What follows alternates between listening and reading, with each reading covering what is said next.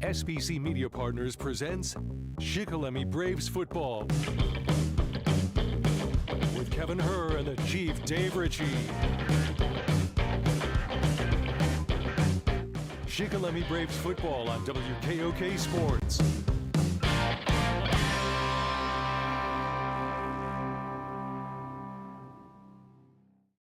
Field interfere with that kickoff and give the Mifflin County team a better start than the Braves. And we welcome those of you watching on the WKOK Sports YouTube channel this evening. I understand everything is good to go here from Shikellamy Stadium, and you can hear us this week. So that's a good thing. Yep. Or maybe a bad thing. We're not quite sure. I don't know. You know, before we get started, it was nice Coach Purnell dropped by to talk to us. He always comes in for our first game and taps me on the back. All right, but one of the things that we have to remember is he is the winningest coach in Shikellamy history, and it's been quite a while since he's coached here. So I mean, but it was good to see him. He looked good. All right, he did indeed. 87 years old, Kevin, and still, if he shakes your hand, he's going to crush it. It's still a good grip. That's Yes, exactly right. Yep. It's still a good grip. Yepper. Oh, we're going to have the JROTC is going to bring out their honor guard. I think that's one of the greatest organizations here at Shikellamy. You know, the one thing everybody thinks it's all about military. One thing that JROTC does is they preach and teach community service, and that's something that has not been addressed, I think, for a long time. You know, and that's not what like President Kennedy said. It's not what the country can do for us. It's what we can do for the country. Well, this is the same thing with these kids. They learn to help out in the Shikellamy community. Are you listening to me, Kevin? I'm listening to it. You got to stop. Listen, you have a job to do here. I got a lot of things going on besides the game in front of you. You have a job to do, all right? You got to broadcast this game. That's correct. Also, I ran into a lot of people this week, Kevin, that are excited. They enjoyed the game last week, and it's hopefully we get number 2 here.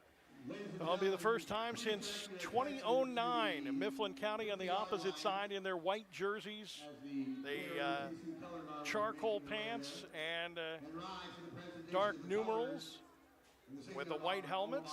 They have made their appearance on the far side of the field.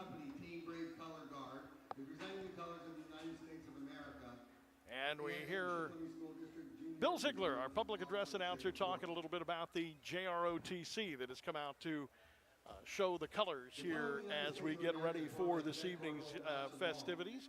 And of course, this is the first football game here on the turf field.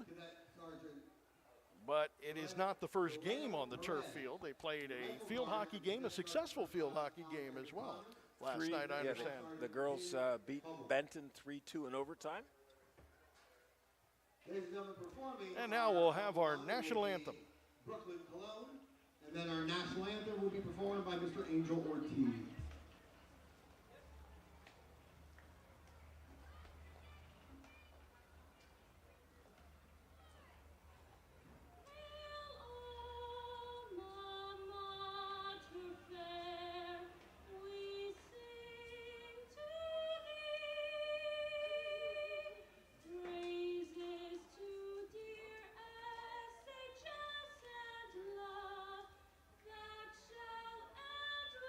Be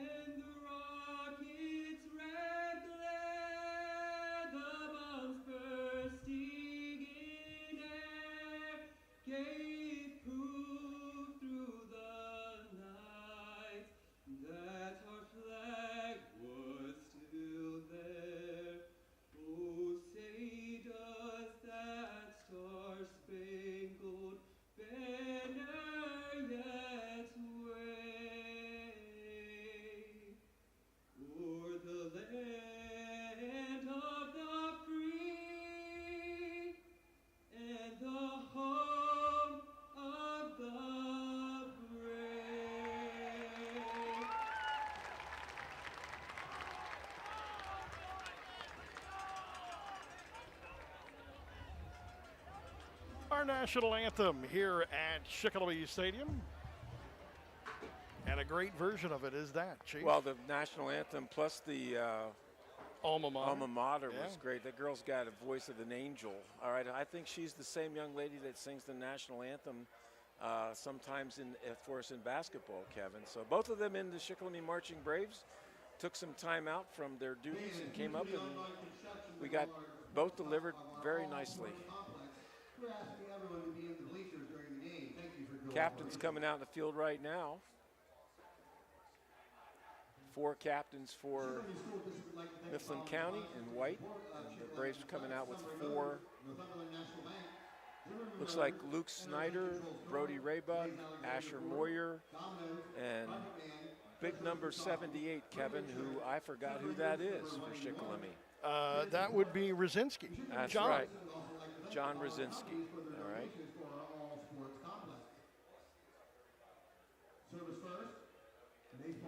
And they looks like they actually are going through the more than, well, maybe I was going to say, it looks like they were going through more than the motions. Looks like the Braves. It looks like the Braves won the toss and decided to take the ball, Kev. I think that's a good idea. That's the way it used to be, but then you couldn't defer back then. So, well, we'll see what happens here. Special teams are such a big part, especially this early in the season. And, you know, remember last week, Kevin, up at Central Columbia, there were several times I remember Coach Kaiser getting in the ear hole of a couple of players because they were not on the field when they were supposed to be. No, and not that's exactly. It's not good when you only have 10 guys on the field and you need 11. Well, coming up later on tonight, we'll be looking for that scores from across the region. The Shamokin Dam Health Center backbreaker play of the game, of course, will be one of the things we'll be looking for. How about the game of the week, Kev? Well, that's what I was just going to ask you. What is the game of the week? Well, I like the Line Mountain-Danville game. You know, last year Danville just crushed Line Mountain. This year Line Mountain is playing very confident. It is up at Danville. And I like that choice. That's a good one, I think. I was going to pick Mount Carmel again because they played Dunmore, but I'm not going to pick them 2 weeks in a row. All right, that's just not fair. No, I think you're absolutely right on that one. There's our Shamokin Dam Health Center, our Blaze Alexander Ford Built Ford Tough game of the week, where it's worth the drive to Route 45. Ready to boot the ball away will be Parks Gill. Three at the 15-yard line, 1 at the 2-yard line. Must be a special blocking technique. Well, it's a good kick at about the 2-yard line, actually with a foot in the end zone, and they're going to call it for a touchback with a foot in the end zone. And returning that one for the Braves, or at least attempting to, was Pollock, and that did not end up happening. That's a shame because it'd be interesting to see how Mifflin County would handle Mr. Pollock when he was in the open field. So it'll be 1st and 10 for the Braves at the 20-yard line as the sun slowly goes down. I'll tell you what, it's a gorgeous day. It's sure just is. not a great day if you're on the home side of the field right now. And we'd like to welcome those of you watching on the WKOK Sports YouTube channel as well as on the radio and online. We'll pause for an identification here after this play. Brody Raybuck in the shotgun. He'll take the direct snap. He'll come to the near side. He's looking, swings it out, finds Moyer with his first catch of the year, and it's a gain of 7 on first down. Then we'll pause 10 seconds for station identification. This is Shikellamy Braves football.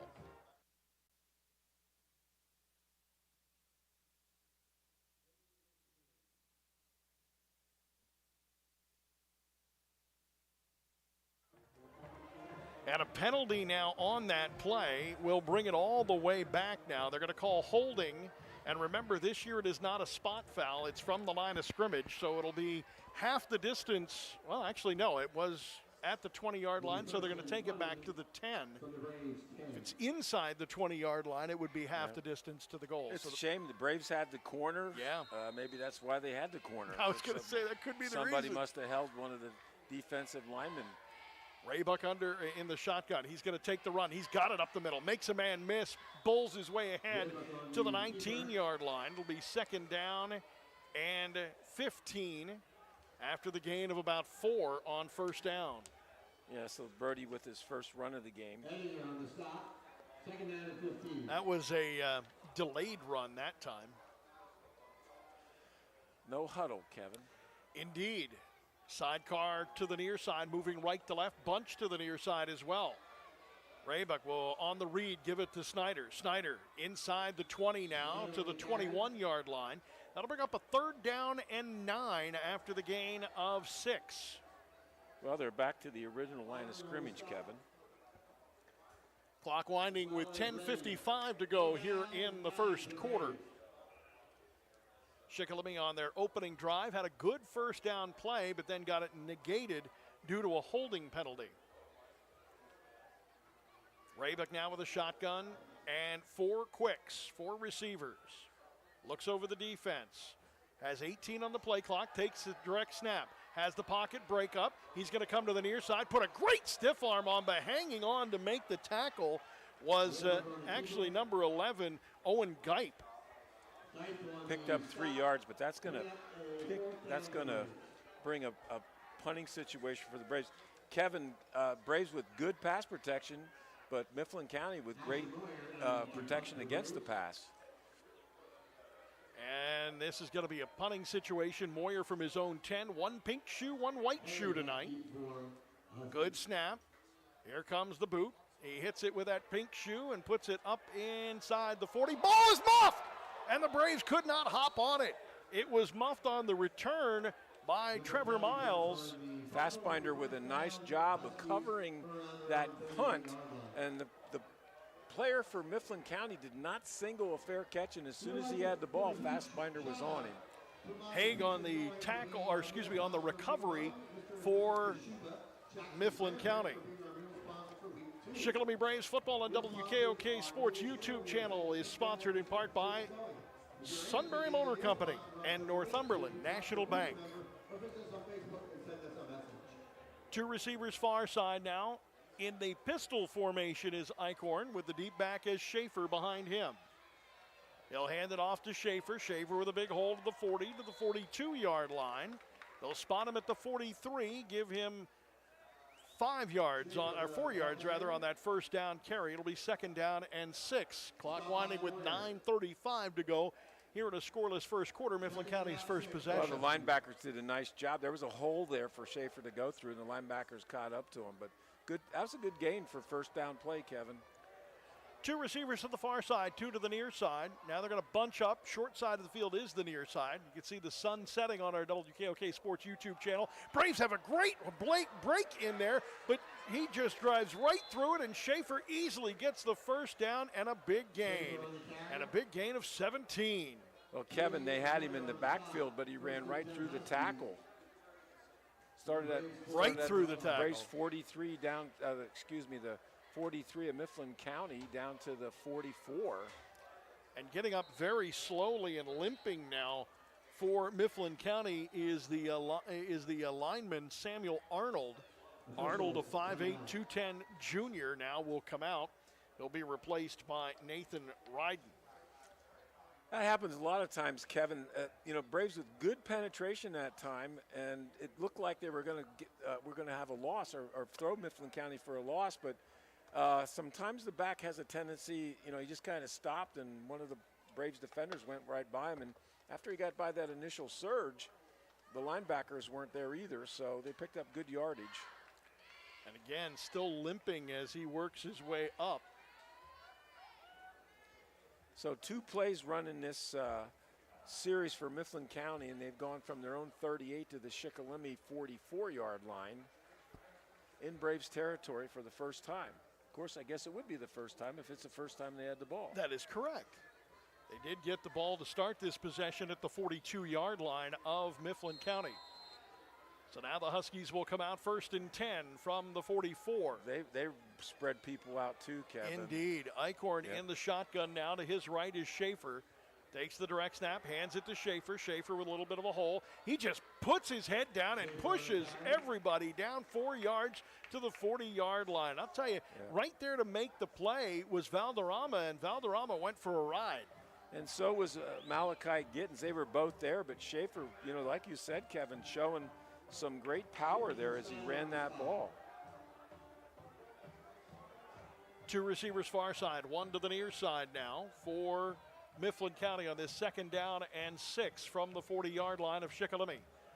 Direct snap And now going to Schaefer, and Schaefer with a 6-yard gain will get the first down to the 34-yard line. 1st and 10. Clock continuing to wind here now with 8:05 once they set the chains here in this first quarter. Well, Kevin, when you got the horse that's making the distance for you, keep riding him. He's the only person that's touched the ball except for the quarterback tonight. The choo-choo. Yep. He is definitely the train on this one, and they are just riding along. Now a little bit of confusion here as they get the receivers in the right spot. Here's that double wing that they run. Looks like Mount Carmel-esque in the shotgun, though. And there's a direct snap to Schaefer off the short side then. He'll come up for about a 4-yard gain to the 30-yard line. But, yeah, it looks like Mount Carmel, only they're doing it in the shotgun. But instead of running to the heavy side, they'll run it to the short side. They run a counter the weak play. side. And a lot of times, both of those players will actually pull and go into the hole. 2nd down and 6 from the 30-yard line, going in on the first possession for Mifflin County. The Braves defense not being able to stop right now Deacon Schaefer. Using up a lot of time in this first quarter too, Kevin. Direct snap, Schaefer now has a man in the backfield, runs right by him to the 25-yard line, comes up about a yard short of the first down. It'll be a 4-yard gain to the 25, 3rd down and 1, and an enormous 3rd down. Well, what Schaefer did there when he got to the edge on that sweep, he kind of turned sideways and there was less under the hit. You talk about somebody that made himself small and does not get, you don't get a good shot at him. He did that there.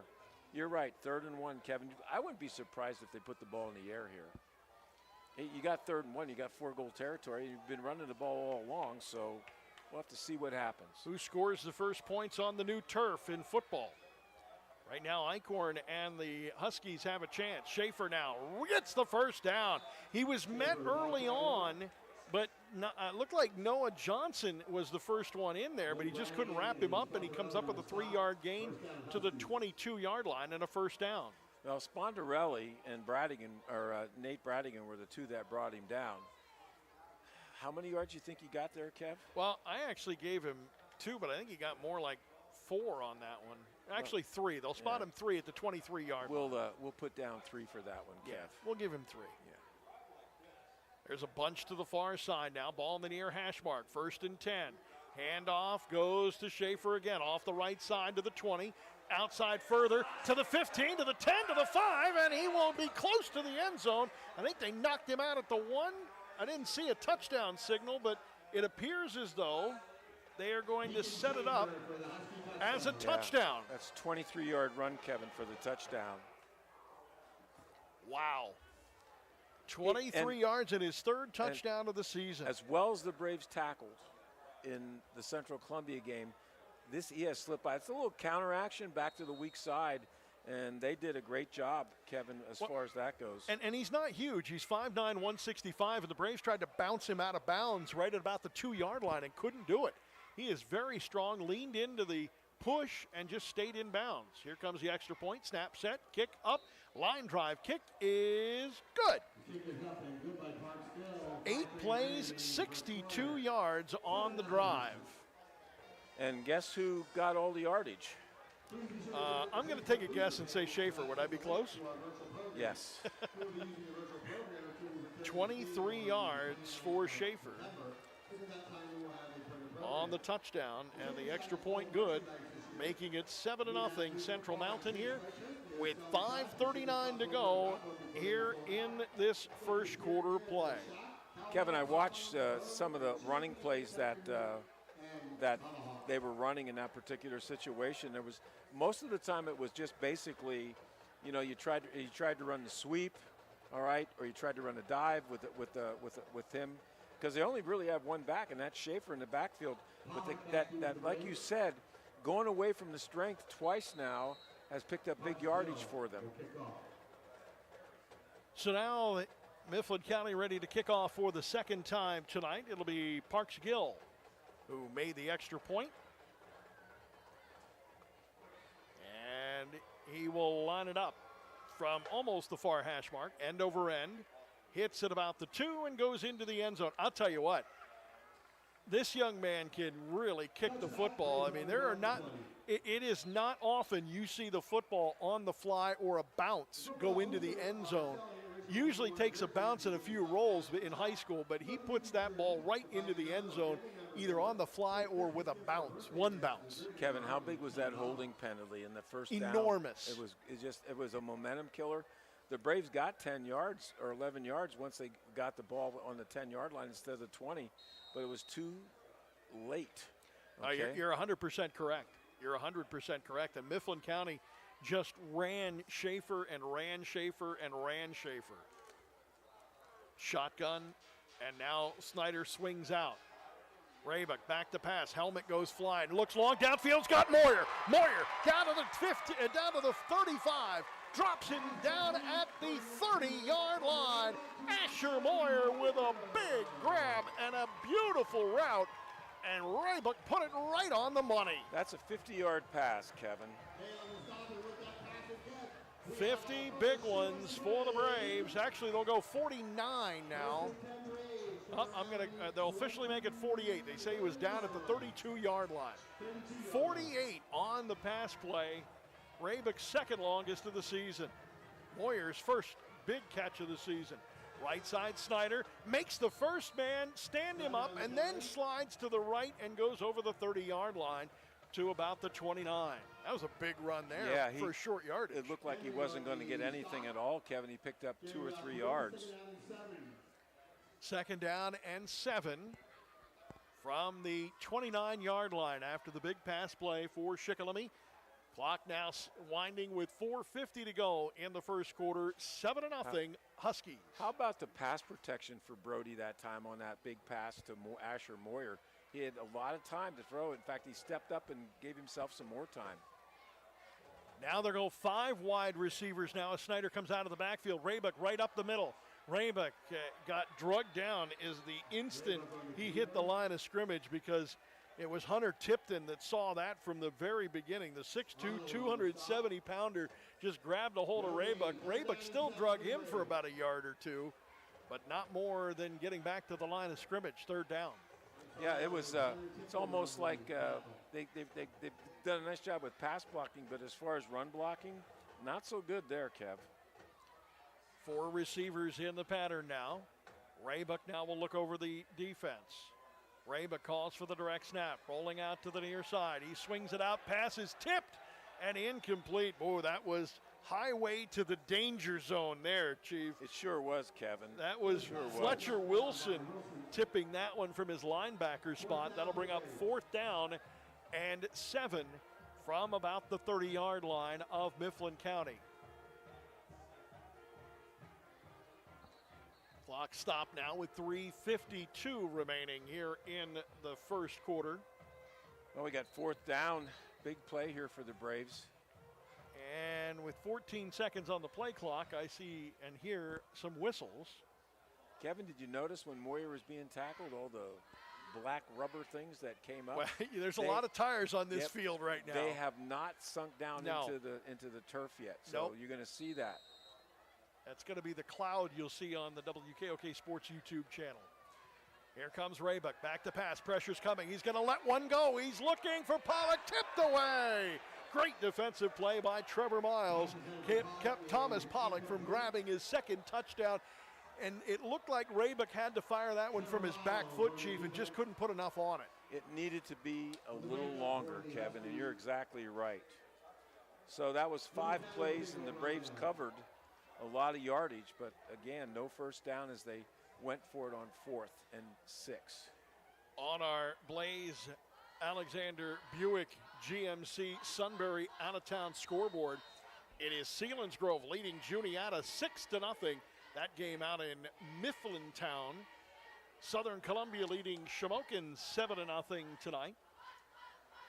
And now Mifflin County leading Shikellamy 7-0 here in the first quarter, with Eichhorn now looking at a longer field.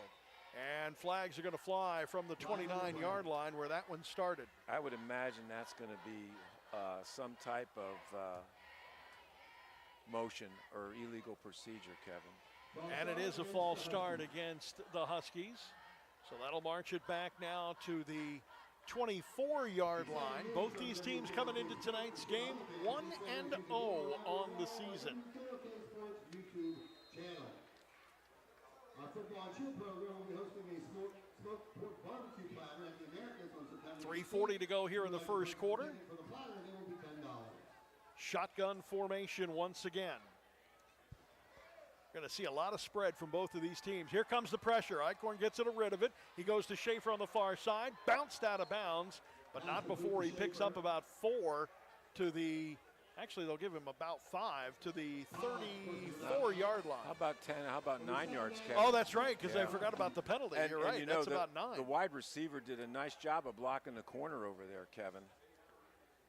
Shikellamy Braves football on News Radio 1070 WKOK, sponsored in part by Mid-Penn Energy, Purdy Insurance, and Shamokin Dam Health Center.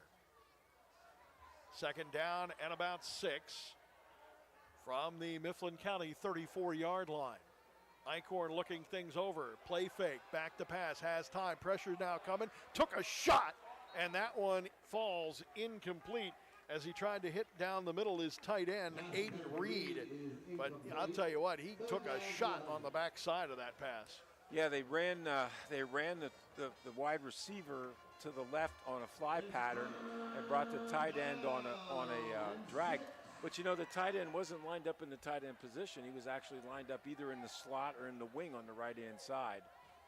Isn't that funny? The first series, it was all running plays. Now we've had 2 pass plays back-to-back. This being the 3rd play of this series for the Mifflin County. Haig comes to the near side. Joining him over here to the near side will once again be the tight end, Reed. But they also have a tight end on the opposite side too, Kevin. Shotgun Eichhorn. Back to pass on 3rd down. Rolls into a little bit of pressure. Now sets up, fires it long downfield, and incomplete. Pass was actually intended for number 84, Aiden Reed, but also there was Landon Haig, and Haig ends up running into the Shikellamy defender, Keeley. That was really nice defense by both Keeley and Asher Moyer. Asher Moyer got between those 2 receivers, and you're right, Kevin. It's tough when you've got 2 receivers in the same general area, and I think that was originally meant for number 84, and the other receiver got in the road. But it's not like playing Madden where you're throwing to a receiver and you know who it's supposed to be too. Exactly. Here comes the punt by McNitt, and he got off a sky punt. Moyer takes it at the 35, to the 40, to the 45, to the 46-yard line. And a good return for Asher Moyer, giving the Braves a very short field here at the 46-yard line. It'll be 1st and 10. Shikellamy with 3:12 remaining here in the first quarter. Mifflin County leading at 7-0. It's always nice when you can start close to the 50-yard line on your beginning of your series or your drives. You know, Asher, I told you last week, Asher Moyer is probably going to take more chances catching that ball and taking off. Kevin, I will buy you a steak dinner the first time Asher Moyer calls for a fair catch. Better yet, I can't root for that now. We'll go to Sheets and we'll buy. All right, that'll work out. Some, like cheesy bites. And the Braves have to call a timeout. Coach Kaiser not happy because there's the wrong package. Somebody that's is supposed to not in there. Well, this time, instead of going to the spread, they went to the T formation, which is a different package of players, and somebody was in, then came off the field, and I don't know if they needed to be back on. Well, that's a first time out for the Braves. Does that leave them 2 left, Kevin? It does indeed. All right, but you never like to do that, especially when you don't have to, okay? They didn't really need to have a timeout if they would have had the correct 11 people on that field. Well, Chief, this will give us time for the rules of the game presented by Wiest Benner and Rice LLC. If the defense gets a turnover on a 2-point conversion and returns it all the way to the end zone, what is the call? These are high school football rules, by the way, so we'll have more on that for you coming up a little bit later on with our Wiest Benner and Rice rules of the game. Tricky play, especially if you look at college rules and high school rules. Exactly. Kevin. So you got to be careful. That's on that right. one. We're talking high school here. Here comes the receiver to the near side. That's going to be Elliott. 4 receivers now, 2 on each side. Shotgun formation, long count. Here comes Raybuck. Far side, near side, finds his favorite target, Pollock. And Pollock, the freshman, with an 11-yard gain and a first down into Mifflin County territory. Just a nice little curl pattern by Pollock, all right. Picks up 11 yards, does a little spin dribble, all right, and gets the first down plus 1 or 2. Chief, is that the first time you've seen Raybuck actually look one way and then go to the other? I really haven't seen him do that a whole lot. It was good to see. I wasn't watching him as much as I was the offensive line, so I can't answer that question, Kevin. I haven't seen him do that a whole lot, but I liked it. Here's the play fake. Raybuck rolling out, has time. He says, I'm going to take it himself. He's got a big hole up the middle, and he's got another first down, gain of 10 into the Mifflin County 33-yard line. Clock winding now with 2:35 to go here in the first quarter when they set the chain. I like that play, Kevin. They went to the weak side with an option play, but there was no option back. They ran the back out into the flat. They had the tight end going also on and out, and everybody went with the 2 receivers, and somebody did a good job of blocking the inside linebackers because there was a hole there that you could have, well, we used to say drive a big Mack truck through. That's right. Drive a Mack truck, Kenworth. But I guess now we got to go with some of the trucks made in Europe. Shotgun for Raybuck now. He takes a direct snap with no protection. And a little bit of an in pattern there, trying to get it to Walter, the tight end. He was the inside receiver and falls a little bit short, incomplete. Yeah, that one was thrown away. It should have been thrown more to the inside, okay? And Charlie Walters was there. He looked like he ran a little hook pattern about 8 or 9 yards out. But you know what I'm impressed with? Brody has time to throw the ball tonight. He does. Their protection has been pretty good. So either there's not a lot of stunts going on, or like Coach Kaiser said, Coach Weiss made some adjustments this week with his offensive line. I'm going to guess that. Rolling out to the near side is Raybuck. Raybuck fires it. He hits his big tight end who lost the ball out of bounds. Now, did he have possession or is it incomplete? It's actually a fumble, and it's recovered by Mifflin County and by Trevor Miles. I didn't know if the ball might have gone out of bounds and if he actually had possession, but just popped out as Walter caught it, and it rolls out of bounds for the first turnover of the ball game. That's a shame. All right, that was probably about an 8-yard gain, Kevin, and then they lost the ball on the fumble. So at the 28 now, with 1:53 to go here in the first quarter, Mifflin County, after the Braves started to move the ball a little bit now, will get themselves in position at their own 28. You know, get Kevin, things going here. If I were them, I'd start running Schaefer again. Yeah, they were doing really well when that was the case. The Braves had no answer for that. Boy, they've got 2 tight slots on either side. And they will go to Schaefer on the stretch play to the far side. And Luke Snyder was there, and he stiff-armed and ran right around him. Not many people have been able to do that, but Deacon Schaefer was able to do that to Luke Snyder. And he comes up to the 36-yard line. They'll spot him at the 37-yard line. And a gain of 8 on first down. Again, nobody got a good shot at him. He just slid off of everybody's tackles. I'd give him like 9 yards on that, Kevin, if I were you. You're right. They are going to give him right at the 37-yard line, so it will be a 9-yard gain. They'll go trips to the near side, moving left to right. 1:46 on the clock here in the first quarter. High snap controlled by Eichhorn. He'll hand it off to Schaefer, and Schaefer will get the first down, gain of 2 to the 39. Again, a nice power play. All right, and the Braves did a good job of stopping it, but, when you only have a yard to get and you got a good runner like Schaefer, that's almost impossible to do, especially when you've only got 4 down linemen there and they got everybody else spread out. So 1st and 10, Mifflin County from their own 39-yard line. And we should be running down. 1:20 left to go here in the first quarter. Mifflin County up 7-0. Coming to the near side, they'll throw the that's motion. Reverse, and it will be in illegal motion against Mifflin County. Started a little bit too early. Well, when the receiver was coming to the near side. I think when he went in motion, when number 5, who would have been Christian Henry, came through the formation and got to pitch. Before he got to pitch, somebody stood up. Yeah, it was one of the linemen, actually. I thought maybe he took a step forward, but he didn't. He came right down the line. Actually, he came backwards just a little bit.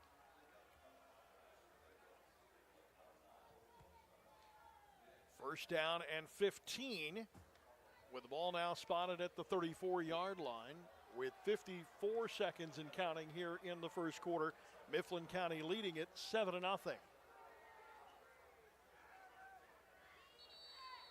And now a timeout by Mifflin County. I think Mifflin County's coach is thinking the same thing that Coach Kaiser was a while ago. I don't think I've got the right personnel out on this field. Although I didn't really see anybody come on or come off. Just missing maybe the wrong grouping of people. That could be. That's their first time. Well, you know, this is a Mifflin County squad that has a huge roster of players. Coach Breon has done a heck of a job here over the years. We heard Coach Kaiser talking about that on the radio pregame show earlier. And, you know, the bounce back they had last year from all the struggling years that Mifflin County had, and now they've got players all over the field. And Shikellamy has one of their biggest turnouts in a while with players at around the 40 mark now. Yeah, and Mifflin County folks could actually put 3 more 11s out there. All right, they've got they 11 do have some on the double field. numbers. They could probably put 3 more teams out there. That's pretty nice when you got 44 kids. No kidding. And there only are 3 ninth graders on this team, so most of them are 10th through 12th. Braves football on the WKOK Sports YouTube channel, sponsored by W&L Subaru and Lackawanna College. First down and 15. 15, yes, at the 34-yard line. Icorn now looking in the shotgun with the sidecar left. He'll take the direct snap. Here comes the pressure. Firing it into the middle, and you're right. That's exactly what it was, right to Sorrell Green. And Green is stacked up by Asher Moyer, but not before he gets about 8 yards to the 43-yard line. It'll bring up a second down and about 6. 8 yards. That's only his 3rd pass. He's 2 for 3, Icorn is, for 17 yards so far, Kevin. And we'll see it. Oh, because it's been basically running the football. Sorry, Chief. I was going to say, we'll see if they get this play off with just 5 seconds on the game clock now. I don't think so either. And that will expire the first quarter. Our sponsors will be happy. So at the end of the first quarter, it is Mifflin County 7, Shikellamy nothing. You're listening to Shikellamy Braves football on WKOK and watching it on the WKOK Sports YouTube channel. When you shop at Wise, you now get rewards points for almost everything you buy. From coffee to croutons, seltzer to salad dressing, mustard to moose tracks. And all those points add up to big savings on food and fuel. Saving money, that's smart. Earning points every time you shop, that's Wise. Eat better, spend less, that's Wise. See wisemarkets.com for program details and exclusions.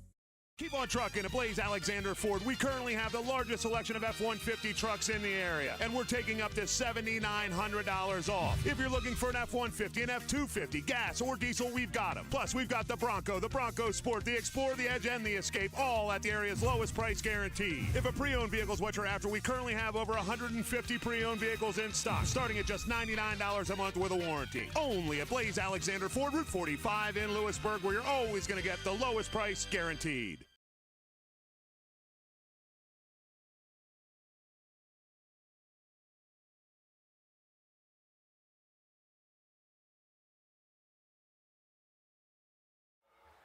Welcome back on the WKOK Sports YouTube channel and News Radio 1070 WKOK. Over to the right side, the run there by Schaefer makes it 3rd down and about 1. And Chief, the time of possession has been a little different, but plays have been about equal. Yeah, that was the 15th play for Mifflin County. They ran 14 plays in the first quarter to Shikellamy 11, but they had a lot more time possession of the ball. 3rd down and 1.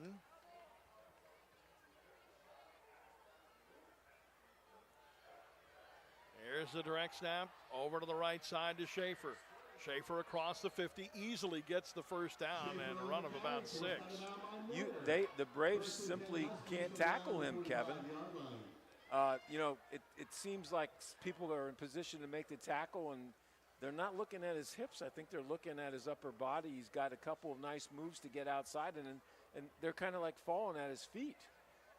And nobody's going through with him. And, he's not that big of a kid. He doesn't look like he's, extremely big and strong, but I could be wrong, Kevin. I'm not out there tackling him. Well, I tell you, he is definitely strong. You saw that when they tried to bounce him out of bounds earlier on that touchdown run. Here comes the direct snap, long pass downfield. Moyer tips it out of the hands of the intended receiver. I believe that was Henry there on the attempted reception. Nope, actually I'm going to correct that. That's Haig. Well, Asher Moyer at his safety position did exactly what any good center fielder would, Kevin. He went to the ball, and he just took his time, and he timed it just right, and he had gotten by the receiver had gotten by the corner, but there was Asher to knock that ball away. And I like that because he didn't try to intercept it where he could have missed it with both hands. He got up and jumped and knocked that ball away. 2nd down and 10 with 3 receivers to the near side of the field, 1 to the far side. Ball on the far hash mark. Eichhorn takes the direct snap. Back to pass. Pressure's coming. Rolls around. Fires it to the middle of the field. Pass is complete into the middle of the field to Henry. Henry is snowed under at about the midfield stripe there. Keeley there as well as Snyder. Yeah, nice job. They lost a yard on the play, Kevin. So did I see a flag there in the backfield? Oh, no, they're going to wave it off. Okay. Yeah, they're going to wave that one off. I'm sorry, not in the backfield. I meant to say in the secondary. So Henry has a reception for -1 yards, Kevin. It's a stat of the day right there. It was a middle screen. I mean, you kept looking at the quarterback, Eichhorn, going back farther and farther, and I think the Braves did a nice job of covering Henry. Or maybe Henry was not the intended screener. I don't know. I was going to say, I'm not sure he was supposed to be. I think it might have been Mr. Schaefer. Big play here. 3rd down and 11 from the Shikellamy 46-yard line. 4 receivers now in the pattern. Direct snap to Eichhorn. Back to pass. Pressure. Steps up. Looks. Sets. Fires it. Dumps it off to Schaefer. And Schaefer will get the first down by about a yard. 12 yards on the catch and run to Schaefer inside the 35 to the Shikellamy 34. The Braves had him, contain was good. The contain on the Braves' left side was good, but then when he stepped inside the contain, there was nobody there, and he dumped it off to Schaefer, and you give Schaefer the ball with no ability to have any steam, and he's going to get someplace. That time he just bowled it over. I mean, you take Schaefer out of this offense right now, and Mifflin County doesn't have anything.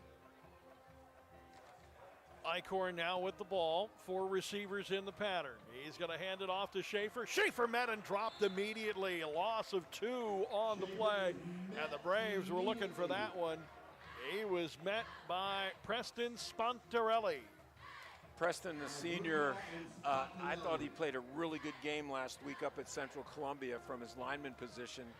And that time, I don't think anybody blocked him, or he shed the block, and he met Schaefer at the hole, and Schaefer couldn't make any moves. This is still the same drive that Mifflin County started with when they got the turnover. Yeah, for the interception.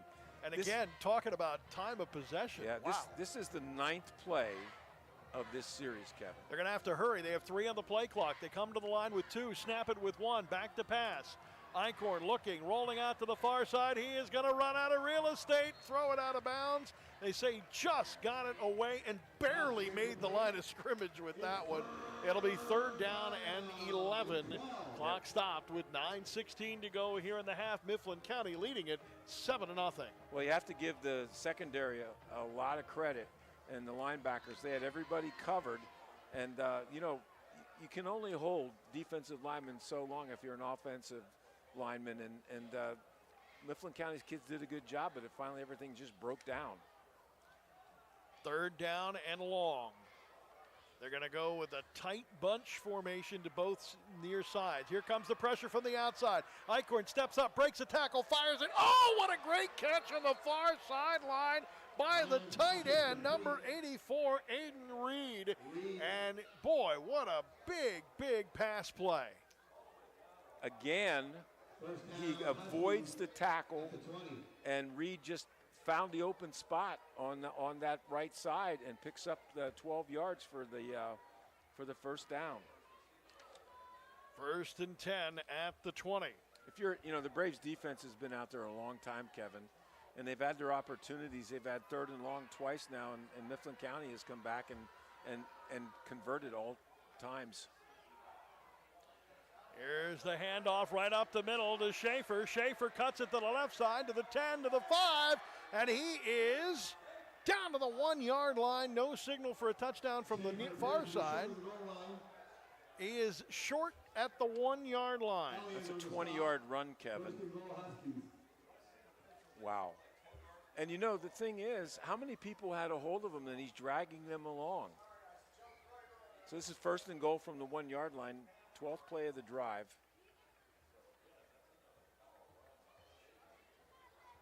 Gee, I wonder who's going to get the ball, Kevin.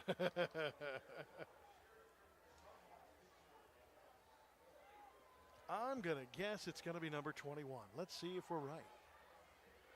Eichhorn will hand it off to number 21, and there he is. Schaefer into the end zone for a touchdown. 8:54 to go here in the first quarter, and Mifflin County has added to their lead now 13-0. Schaefer with his 2nd touchdown run of the night.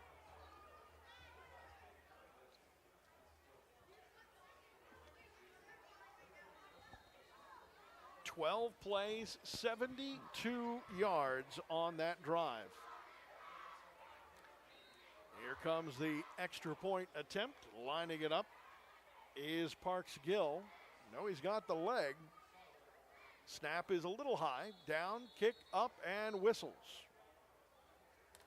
It was definitely good, but the officials, I believe, blew that one dead before the ball got a chance to get past the line of scrimmage even. It's going to have to distance to the goal line. I'm not Braves sure. are offsides. Yeah, that seems to be the call. Now the question is, if you're Coach Brian, do you go for 2 here because you have the ball now at the 1.5-yard line?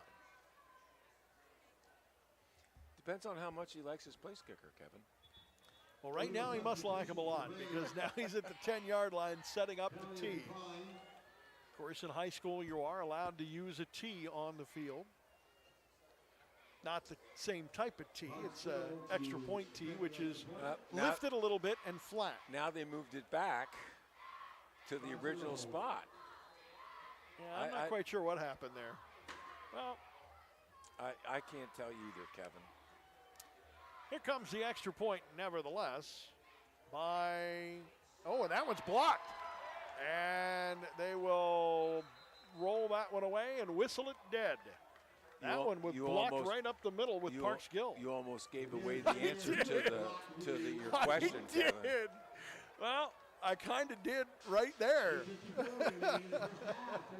Not quite the same exact scenario, but since it popped up, Chief, let's go ahead and talk about our rules of the game presented by Wiest, Benner, and Rice, LLC. If the defense gets a turnover on a 2-point conversion and returns it all the way to the end zone, what is the call? Dead ball. The play is dead at the moment of the turnover. No points are scored. The defense can get the 2 points in college. But not here. And in the NFL, but not here. That's rules of the game by Wiest, Benner, and Rice, LLC in Sunbury. When you need help with the rules of law, contact Wiest, Benner, and Rice. They can guide you through personal injury, accident and injury, divorce, family and estate law, as well as civil and human rights, as well as criminal law. Call 570-286-4022 and let Wiest, Benner, and Rice help you avoid penalties. How's this for a statistic? Schaefer, 15 carries, 105 yards, 2 touchdowns. And we're not 4 minutes going, 3 minutes going here in the second quarter. Still got some time left. And this time, that ball is into the 3-yard line, and this one is coming back for a change as Pollock gets it, breaks free at the 20 and the 25 and spun down at the 29-yard line for a 23-yard return. Well, what the Braves Actually, a 26-yard return. The Chief. Braves need to score here, Kevin. I mean, they've got to get some points on the board. You're down 14-0. I told you this is a good football team, but I didn't realize how good their running back is, Schaefer. And the quarterback's doing a good job of avoiding getting sacked and finding the open person then. And give the line for them credit. They're not going downfield, so there's not going to be a penalty for illegal receiver downfield. Raybuck is the quarterback. Wide receivers spread out. Low snap on the ground. Raybuck had his knee on the ground to pick that one up, so it will go down as a sack at the 30, make that the 29-yard line. This will give us an opportunity now to take a look at our Blaze Alexander Ford Built Ford Tough Game of the Week. Danville leading Line Mountain 14-7 at Ironman Stadium just down the road on Route 11. That's our Blaze Alexander Ford Built Ford Tough Game of the Week, where it's worth the drive to Route 45. They're actually at the 24. Remember the 5-yard penalty? They were at the 29 and they lost 4 yards there, 5 yards. So 2nd and 15. Again, the Braves in tough situation where yardage-wise. Much better snap now. Raybuck sets up in the pocket, looks left, looks right, finds Moore at the 35. He is going to spin down, and he might have the first down. It's close. It's close. I think where he spun down, the near side official is going to have it marked inside the 39-yard line, and that's a 1st and 10. That is what I would call, Kevin, one of the nicest passes that we've seen Brody throw tonight. And he again is looking off defenders. Looking left, looking right. That time he switched 3 times. Shotgun formation, handoff, Snyder. Snyder pushes the pile to the 40, and he'll keep digging to the 43-yard line. It'll be a gain of 4, 2nd down and 6, with 7:38 remaining here in the first quarter. And Mifflin County leading at 14-0. You know, Luke's only touched the ball 3 times tonight running. And you know, I mean, when he's gotten the ball, he's made tough yardage, but he hasn't had that hole to get through to get some speed going and some momentum. Raybuck in the shotgun on 2nd down and 6. He'll roll out to the far side. He'll fire it off. Moyer has it, makes a man miss. Can't make the second man miss. And that was a nice open field tackle there by Owen Geip, the defensive end / linebacker. It'll be a gain of 2. It'll be 3rd down and about 4 at the Shikellamy 45-yard line. And this is a clutch 3rd down here in the second. The defensive end for Mifflin County did a nice job on his charge, his pass rush. He made Brody, pull up and throw that maybe a little bit before he wanted to. Raybuck now with it. He has 3 receivers to the near side, 2 to the far side. Raybuck sets up, and he is snowed under. Lost his helmet. Flags are going to fly. Is that going to be a face mask? Because we've seen a lot of flags on that one. There is so much yellow laundry out there, you can't tell if it's a soccer line or a flag. I think it is, Kevin. And it is a personal foul face mask against Mifflin County, and that will be an automatic 1st down and march it all the way down to the 40-yard line of Mifflin County, and a 1st and 10, and Shikellamy in business now. Yeah, that's a tough play. Evidently, notice Brody did a little bit of a duck there, and that they still haven't moved the ball. But now, will that be moved from the point of the foul, or are they going to go? Yeah, they're going from the line of scrimmage. Line of scrimmage. Yeah. Shikellamy Braves football here on News Radio 1070 WKOK, sponsored in part by Service First Federal Credit Union, Blaze Alexander Buick GMC, and America's Hose Company. 1st and 10 at the 40-yard line. And the direct snap goes to Raybuck. Raybuck to the near side, has plenty of time, got a good block. Now he's going to go forward. Oh, wow. And he took on a defender that time. And pushed him backwards, Kevin. Yeah. Number 11 for Mifflin County. Yeah, he was time, catching it instead of Geip. Yeah, he's catching Brody. It looked like he picked up more than 3 yards there, but that's all he got. They'll give him 3 as Geip just hit him and drug him down.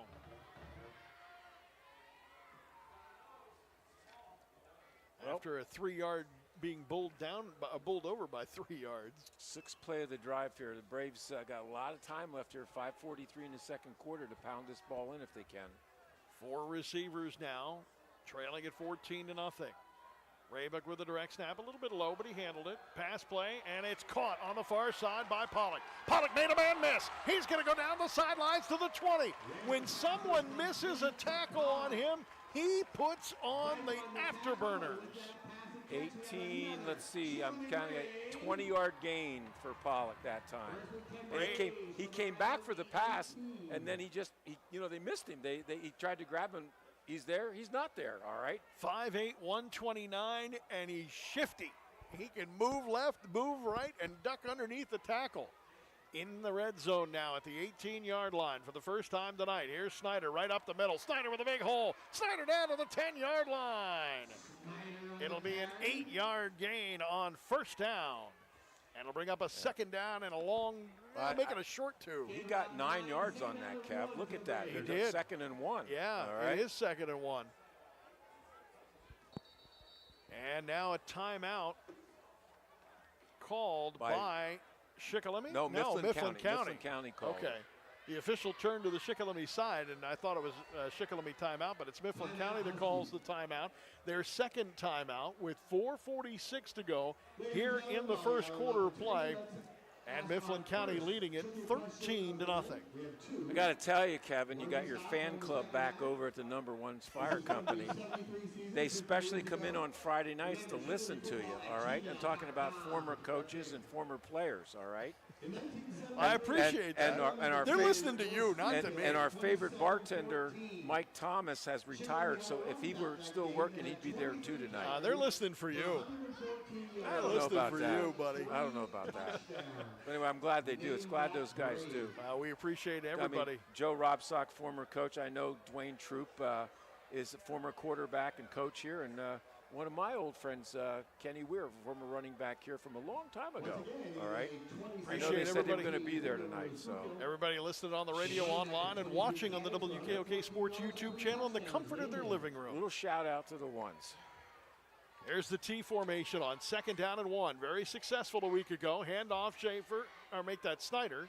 Snyder got to the line of scrimmage, and that's it. He got to the 9-yard line, so they'll bring up 3rd down and 1. And I'm going to go out on a limb and say this is 4-down territory. Has to be, Kevin. Has to be. No, I mean, Snyder lines up in the fullback position of that straight T, and they just try to go. What about a Brody or quarterback sneak? There it is. And that'll be easily to the 1st down marker and beyond to the 3-yard line. It's a buck sneak. Yeah, pickup of 6 yards by Brody Raybuck, Kevin. You heard of the buck sweep. That's the buck sneak now. Another one of those successful plays from a week ago. 1st and goal at the 3-yard line. T formation behind Raybuck, the quarterback. He's going to go right up the middle again, and this time Mifflin County looking for it and takes him sideways for about a half-yard gain to the 2.5-yard line. Oh, when you see the front of Brody's jersey come up so we can see it from up here, you know that he's not getting very far. Things did not go well. well. Did not go well. So good job by Mifflin County, the middle of those lines. And there's some big lads down there. And we'll use the word lad. Clock winding with 3:33 to go here in the half. This is a big possession, Kev. Shikellamy trailing at 14-0, and you're right. 2nd down and goal at the 3. Now they're going to go back to the spread. 3 receivers to the wide side, the near side. Raybuck rolling out, looking, firing, and it is incomplete. Boy, I'll tell you, making a great effort on that one was Owen Elliott, who caught one pass a week ago. He went down to get that one, and he had a defender draped all over him, and that was Yoder, Wyatt Yoder, with good defense there. I think the pass was to the spot it needed to be, and I think his mistake might have been that he went on his knees, okay? But you know what? That's the thing they do nowadays, all right? Well, we'll see. We got 3rd and goal again here from the 4-yard line. Fast binder to the far side of the field. He has not caught a pass yet this year. To the near side is Pollock. Low snap, fake, rolling out Brody. Brody is sacked! Sacked at the 12-yard line by number 12, And that's Fletcher Wilson. I know the people watching on YouTube, the Braves receiver ran into the defender, and he is almost like he was being held, but there was no flag. That's a loss of 6 yards, Kevin. We're looking for that Shamokin Dam Health Center backbreaker play of the game. And right now, it could be any of them by Schaefer, the running back. Coach Kaiser not happy about that last play whatsoever. No, you can't. I mean, you got to get rid of the football. 3 receivers to the far side of the field, 2 to the near side. 4th down and goal from the 11. Raybuck back to pass. Pressure's coming. He's in the grasp, and he's dropped at the 23-yard line. Sacked there by number 44. That's Avery Aaron, the defensive end. His 2nd sack of the season. He came clean. And when he comes clean, that means the back has to pick him up, and they did not pick him up. He went right by them. So, you got to love it if you're a defensive end and nobody's blocking you and your quarterback's coming your way. And he did a really nice job. The angle was perfect because Brody couldn't get outside of him, and he grabbed him by the shoulders and put him down. Braves had the ball at the 3-yard line and now give it up at the 23-yard line, losing 20 yards in that possession. 2:24 to go here in the half. 14-0 Mifflin County. Mifflin County will get the ball to start the second half as well. Here's Schaefer going back to the bread and butter. And he's stacked up at the 25-yard line after a gain of 2. 2nd down and 8 for Mifflin County. Schaefer, when he has the ball and he's running, his legs are going constantly. They never stop, up and down, pushing everything. And that's why if you miss him, he's going to pick up yardage right away. How about this score on the Blaze Alexander Buick GMC truck out-of-town scoreboard? Central Mountain 20, Bloomsburg 7. After Central Mountain got thumped last week by these Huskies. And right now, Schaefer is running free. He's got the 1st down and a bonus 4 yards beyond that. Give him 12 on that carry to the 33-yard, or make that the 38-yard line.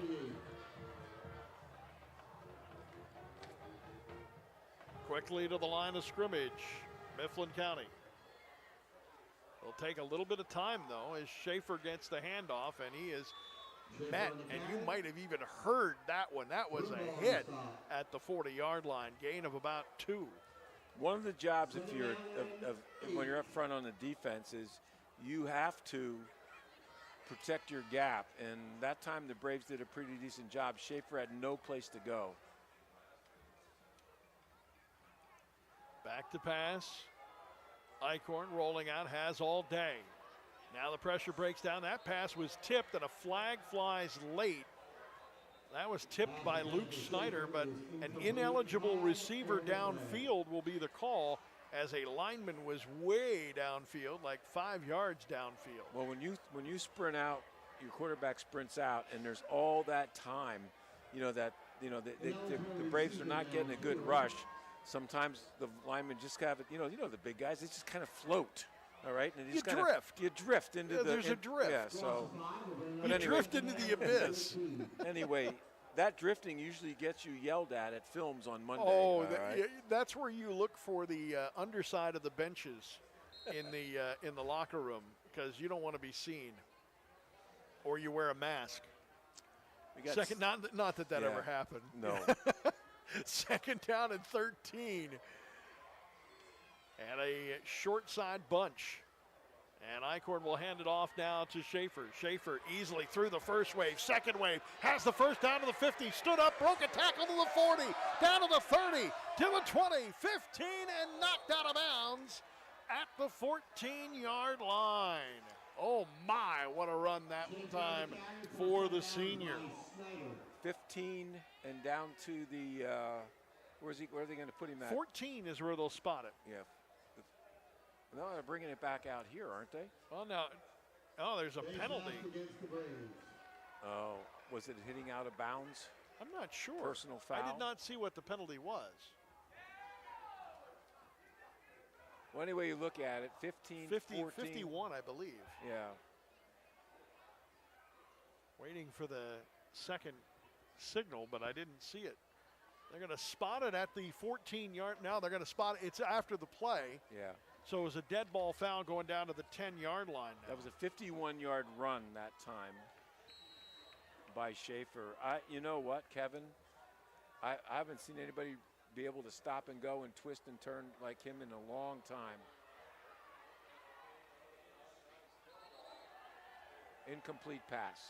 Looks like the quarterback rolled out to the right. I can't see who the receiver is. It's number 8, Kevin. I don't know who number 8 is, but he just stood there and nobody was on him, and he dropped the ball. So one of the few mistakes that they've made tonight.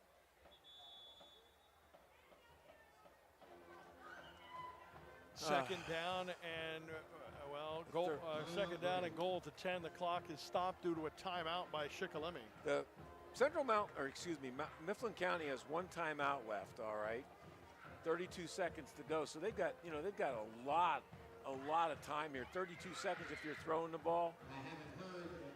It's an eternity. But why not give it to Schaefer? The Braves, they do not have an answer. No.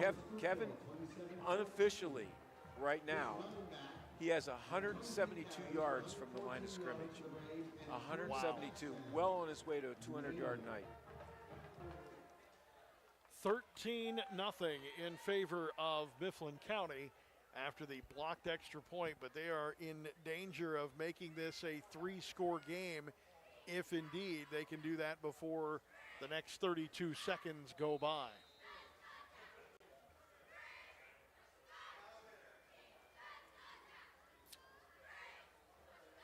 It's second and goal, isn't it, Kev? Yeah. It is second and goal from the 9-yard line. And the handoff near side, Schaefer to the 10, to the 5, and runs out of real estate. Snyder, one of the guys to finish him off at about the 2-yard line. Just a draw. We'll spot him at the 3, actually.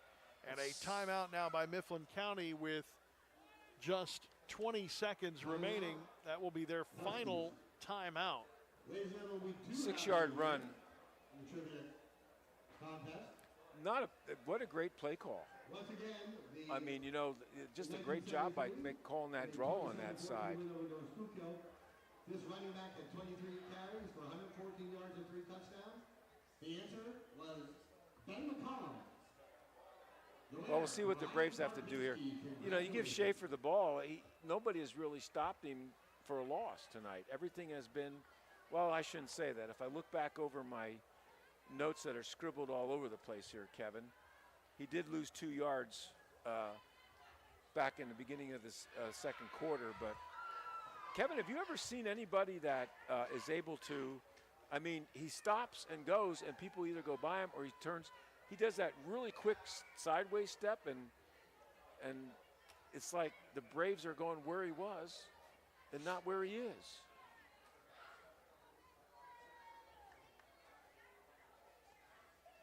Well, Mifflin County coming out over the ball. 3 yards to go. 3rd and 3 here. They're on the left hash. And Schaefer's in the backfield with Eichhorn. 3rd down and goal at the 3. He'll take the direct snap. Oh, a great tackle by Luke Snyder for the loss of 1. Make it 2 to the 5-yard line. It'll bring up 4th down. Well, they're going to kick a field goal. They got 6 seconds to go here. They're not going to get it off, Kevin. Down to 2-1 time. That's it. Field goal, and they cannot get it off. Good job by the Braves. There's where Mifflin County's second timeout that they didn't need to take bit them. But good for the Braves. They didn't let them get that 3rd score. So at the end of the first half, the Braves hold off Mifflin County and trail it 13-0. This is Shikellamy Braves football on News Radio 1070 WKOK and on the WKOK Sports YouTube channel. At Zerman's, we know buying a vehicle is an important decision, and we treat it that way. No matter if you are buying one of our pre-owned vehicles for under $10,000 or a brand new fully loaded Chrysler, Dodge, Jeep, and Ram, or any vehicle in between, our friendly and knowledgeable staff works hard to offer quality vehicles and a great experience. We've been proud to be serving your transportation needs since 1889. So if you're tired of having to give your social security number before going on a test drive or a blood sample before getting your trade appraised, maybe it's time to experience what we call the Zerman difference. The Northumberland National Bank, proudly serving our community for over 120 years. And now we've taken a giant leap into the future with a brand new online and mobile banking experience. Our mobile app lets you manage your finances from the comfort of your home or on the go. With remote deposit capture, simply snap a picture of your check and it's deposited securely into your account. Experience the ease and convenience of banking like never before, like checking your credit score on the go or applying for a mortgage right from your home. Visit our website at noribank.com. The Northumberland National Bank, member FDIC, equal housing lender. Are you built for business? We are at Lackawanna College in Sunbury, and we can help you build a foundation for a successful career in business. Lackawanna College offers both associate and bachelor's degree programs, so you can go as far as you want to go. Take the first step. Explore our business programs at lackawanna.edu and see what we mean when we say we're built for business. This is life-changing. This is Lackawanna College. Visit lackawanna.edu today. The Sunbury Motor Company. Austin Martin, Kia Elite Sales Consultant, Maranatha Christian School. Amber Wren, Certified Hyundai and Lincoln Sales Consultant, Sealands Bavaria High School. Ian Chakosky, Certified Ford Sales Professional, Mount Carmel and Shamokin area. Christopher Stengline, Ford Certified Sales Consultant, Sealands Bavaria High School. Tom Mertz, fourth generation owner, Sunbury Motor Company, Shikellamy High School. A tradition of trust since 1915. Welcome back to Shikellamy Stadium. Kevin Herr along with the Chief Dave Ritchie. Halftime here at the brand new Shikellamy Turf Field. Not the brand new Shikellamy Stadium. Still some more stuff to be done there, including the track, which will keep this place shut down for about the next 3 weeks, which is why this weekend we've had field hockey, football, and then tomorrow soccer on the new turf field. And we've had a great group of people that have come out and enjoyed the festivities here tonight already on this new field. But once the track comes in, we'll be back in here for the remaining home games of the season. And of course, a lot of other sports this fall playing on this field as well in the coming weeks and months here at the what will be a new Shikellamy Stadium eventually. New weight room going in. You can see some of the construction behind the home stands. And a lot of that will happen between now and next year at this time, really. New concession stands, new bathrooms also being done here. And new entrance. A brand new entrance. They're going to get rid of the ticket booths completely, all right? And it'll be, I think, I saw one of school directors tonight, Slade Schreck, and I have to agree with him. Once this is all done, this will be one of the premier stadiums in the valley. Well, and that also means that we're going to, if you're a high school football fan, you're going to see some outstanding playoff football here too, because the PIAA is looking more and more often to find an opportunity to play games on turf as opposed to grass. So great opportunities. Sunbury, Northumberland, very centrally located too, Kevin. So we'll see what happens. You want some statistics, Kevin? Stat me up. All right, as far as rushing, okay, we've got Luke Snyder has 6 rushes for 22 yards for Shikellamy, and Brody Raybuck has 8 rushes for 10 yards. He had more than that, but he got sacked there a couple of times in that last series the Braves had. You go to Schaefer for Mifflin County, 21 touches of the ball, 176 yards on the ground, and 2 touchdowns. And Reed from Mifflin County has 1 rush for 12. Passing, Brody Raybuck 7 for 11 tonight, Kevin, for 113 yards.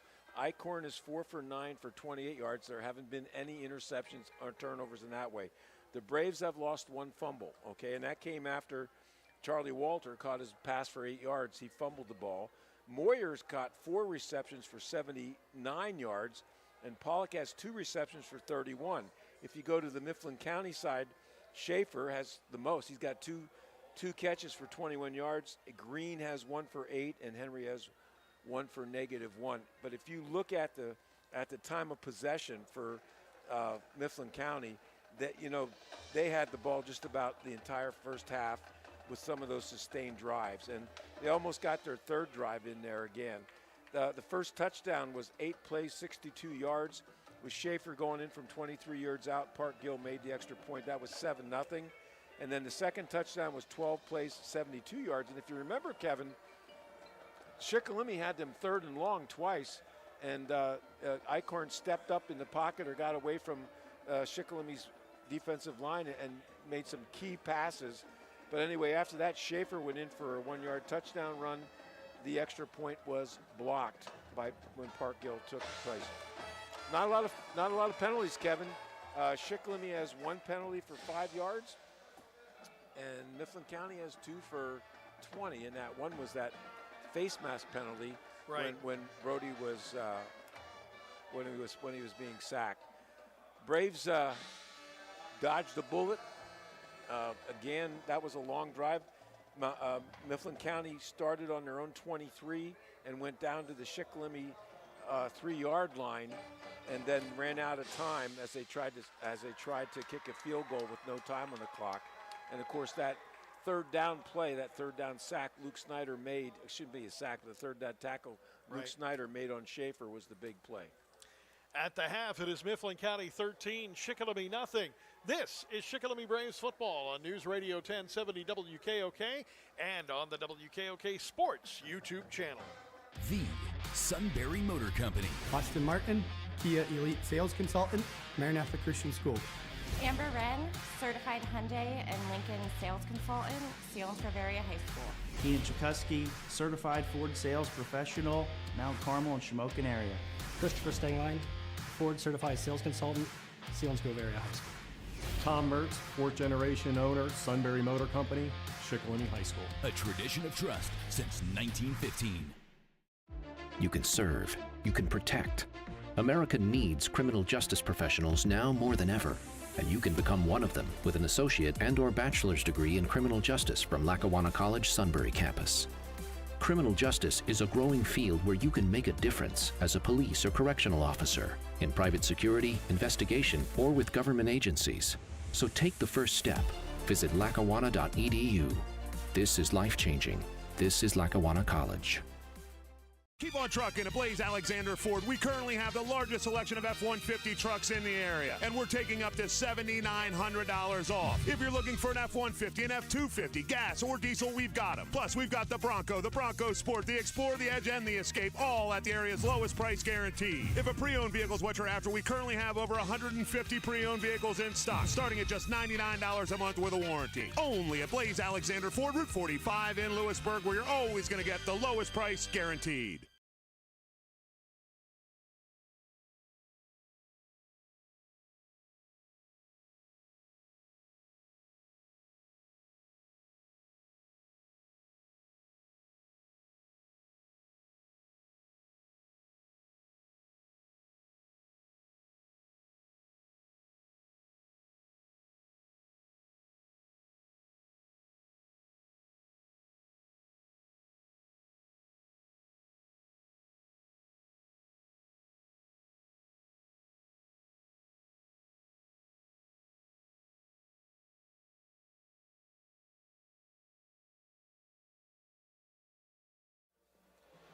Welcome back to Shikellamy Stadium as we are at halftime here. The Mifflin County Huskies marching band performing 13-0 in favor of Mifflin County. They will get the ball here to start the second half as well. Let's take a quick look at the scoreboard here. I was going to tell you, I just had a squeeze-in hot dog yesterday, all right, with a blue birch beer, and it takes you back to your childhood, all right. I just got mustard and relish on mine, but there's something about those dogs that are on there grilling for a couple of hours that are much better, all right? Way to go, squeeze in. Be a lot of burgers and dogs that'll be grilled this weekend for the Labor Day weekend, getting it kicked off tonight with high school football. And out in Mifflin Town, it is a tight game. Actually, I talked to the folks out in Juniata earlier this week, and they were talking about, they were really concerned that this game would be a blowout. Selinsgrove and Juniata. Yeah. Wow. Selinsgrove 16, Juniata 8. That game in the second quarter. If you remember last year, Juniata gave Selinsgrove all they could handle, and they pulled it out in the end. So that's, you know, maybe it's a little bit of a letdown after they beat Delaware Valley. It's such a good school. One, but yeah. Well, that game's on Eagle 107 tonight. On 100.9 The Valley, it is Jersey Shore 18, Lewisburg nothing. That game up at the shore without a beach. And that's in the first half? That is in the second quarter right now. Second quarter, wow. I thought Greg Wetzel was talking. He was worried that, Jersey Shore's going to run off like 90 plays because they just keep going. And that's, it was 41-0 or 48-0 at Pottsville last week. Jersey Shore up on them. Hamburg 14, Warrior Run nothing in the second. Loyalsock leading Hughesville 21-0 in the second. Halftime, Halifax 20 and Midwest nothing. Milton 27, Towanda nothing. And let's see, Mount Carmel leading Dunmore 13-7. Mifflinburg 7, Central Columbia nothing. And in our Blaise Alexander Ford Built Ford Tough Game of the Week, Danville handling Line Mountain 27-7. South Williamsport also in the second quarter leading Montgomery 29-7. Late first quarter score, Central Mountain 20, Bloomsburg 7. At the half, it is Troy leading Montoursville 17-0. In the third quarter now, Wellsboro and Muncie tied at 7. Columbia, Montour, Votech, and Northwest will play tomorrow night. That is our rundown of the scoreboard that you can see at WKOK.com as well. At the half, it is Mifflin County 13, Shikellamy nothing. This is Shikellamy Braves football on News Radio 1070 WKOK and on the SBC Sports Live YouTube channel. At Zerman's, we know buying a vehicle is an important decision, and we treat it that way. No matter if you're buying one of our pre-owned vehicles for under $10,000 or a brand new fully loaded Chrysler, Dodge, Jeep, and Ram, or any vehicle in between, our friendly and knowledgeable staff works hard to offer quality vehicles and a great experience. We've been proud to be serving your transportation needs since 1889. So if you're tired of having to give your social security number before going on a test drive or a blood sample before getting your trade appraised, maybe it's time to experience what we call the Zerman difference. The Northumberland National Bank, proudly serving our community for over 120 years. And now we've taken a giant leap into the future with a brand new online and mobile banking experience. Our mobile app lets you manage your finances from the comfort of your home or on the go. With remote deposit capture, simply snap a picture of your check and it's deposited securely into your account. Experience the ease and convenience of banking like never before, like checking your credit score on the go or applying for a mortgage right from your home. Visit our website at noribank.com, the Northumberland National Bank, member FDIC, equal housing lender. This world is filled with breathtaking moments where every road is an invitation to adventure and new stories. Built for those who crave exploration, freedom of the open road, and above all, safety. Subaru will take you through the rugged mountains and everywhere in between, empowering you to experience the wonders of nature like never before. Whether you're a trailblazer or a weekend explorer, come and visit W&L Subaru, where we will help you discover the joy of driving and embrace your love of the great outdoors.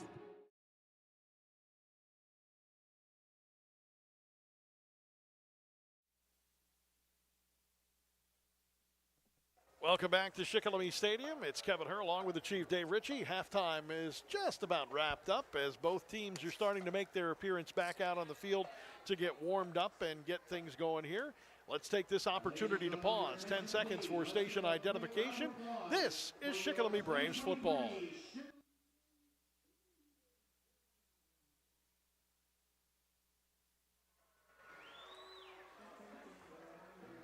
Sharik Flowers is our camera operator for tonight's game. Daniel Harrod is our technical director for the game this evening. Back at our Blue Hill studios on the radio and WKOK WKOK.com side of things is Caleb Long, our producer. Braves making their appearance now onto the sidelines after warming up, and the Shikellamy cheerleaders with a performance as well here at halftime. And I think the Mifflin County jumping jacks are actually to the beat of the music too now. Yeah, I think you're right. You know, one of the girls that's on the cheerleading squad is a scorekeeper for the boys soccer team, and we were talking. She was excited about, she said, you know, we got to cheer on the macadam or the cement. I said, no, it's macadam because they didn't put the track down yet. But she says, I think we're going to get to do some stuff out on the turf too, and they just did, all right? Did a little dance routine. To the song Cheerleader. Yes. Very appropriate, isn't it? It is extremely appropriate, yes. Coaching staff making their appearance now after what was a successful like red zone stand. It was the best thing that could have happened in a bad situation. Yeah, this could have been out of hand if, with Mifflin County getting the ball to start the second half, if they would have scored anything there in that possession. They've got to stop Schaefer, and they have not done it. Folks, I know you watching on YouTube have seen this man run, this young boy run, but if you listen on the radio, he is a specimen out there. I haven't seen anything quite like him in quite a while, and we've seen some good running backs at Southern. All right. He reminds me a little bit of the Middle Garcia, the one that's out at Kent State. Oh, yeah. The way that he can just make his moves. Gavin. Gavin. And I watched him last night. He played at Kent State as they lost. But, it's just amazing the way he controls his body. All right. And nobody gets a good hit on him.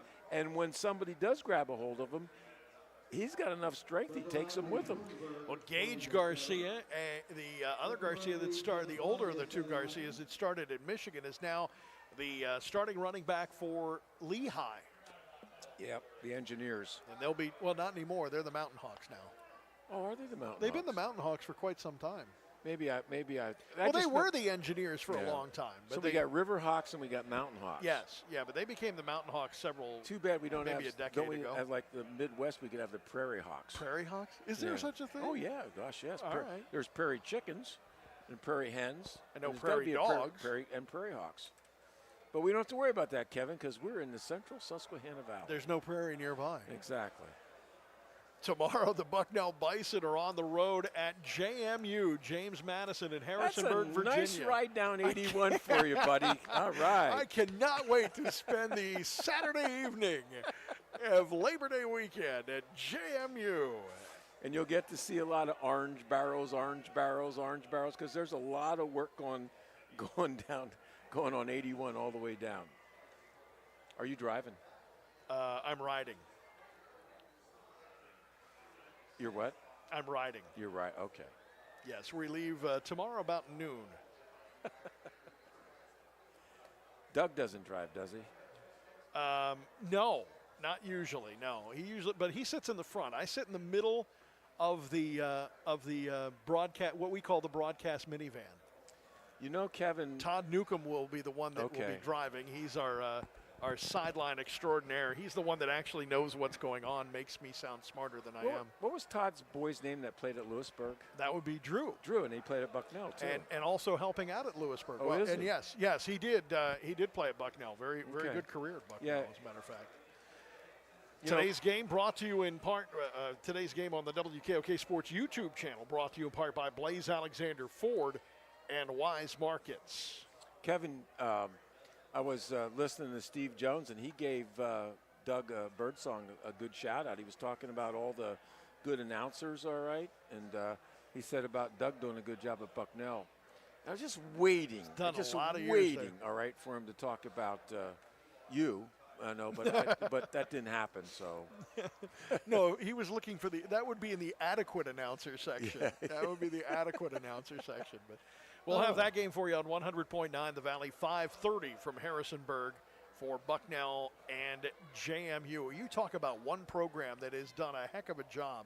James Madison University is inches, I swear, they are inches from stepping up into the FBS. Wow. I really think, I mean, that stadium is enormous. If you drive by I've 81, seen you've seen it. You know, it's enormous. It looks out of place. It does. You know, you're driving down through the Shenandoah Valley area, and all of a sudden there's this big stadium. And if you're going south, I think it's on your left.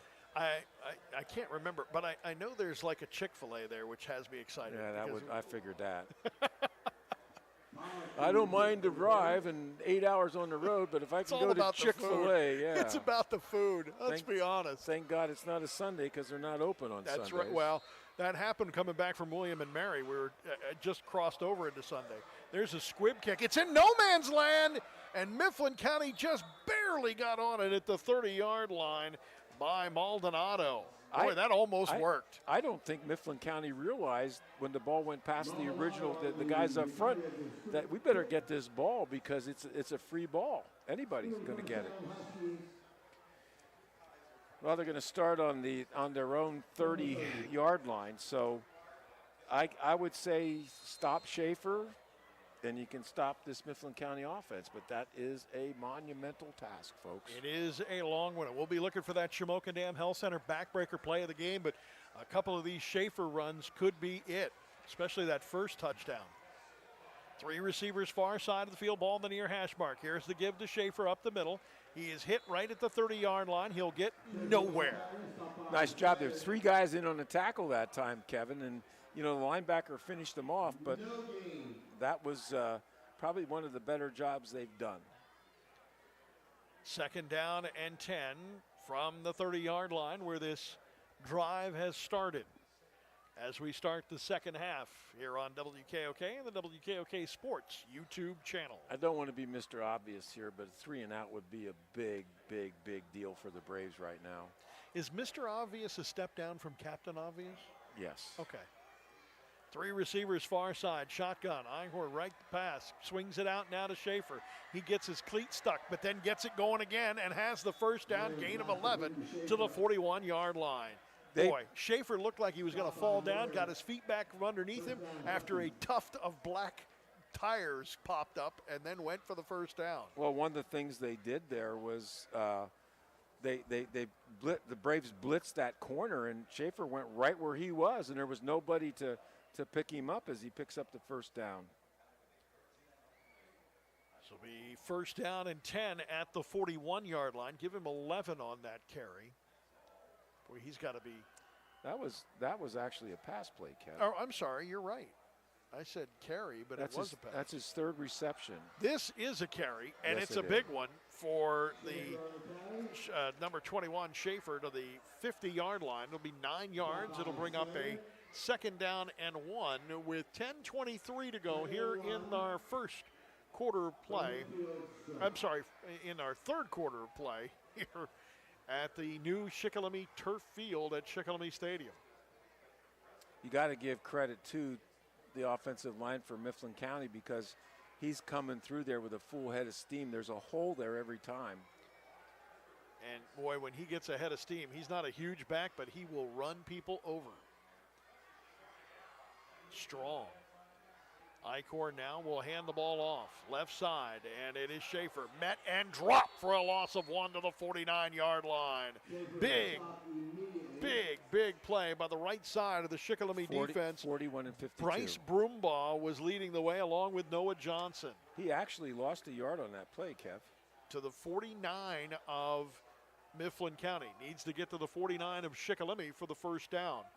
3rd down and 2. That's a delayed handoff every time, and that time it looks almost like it was a counter move because he went away from the strength. But I think he decides where he's going to go depending on where the hole is.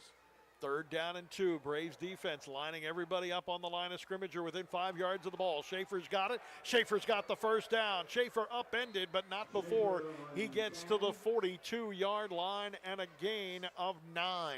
Kevin, that's the first open field tackle I've seen anybody make on him that brought him down by themselves. And I don't know who the back was over on that side, but he did a good job.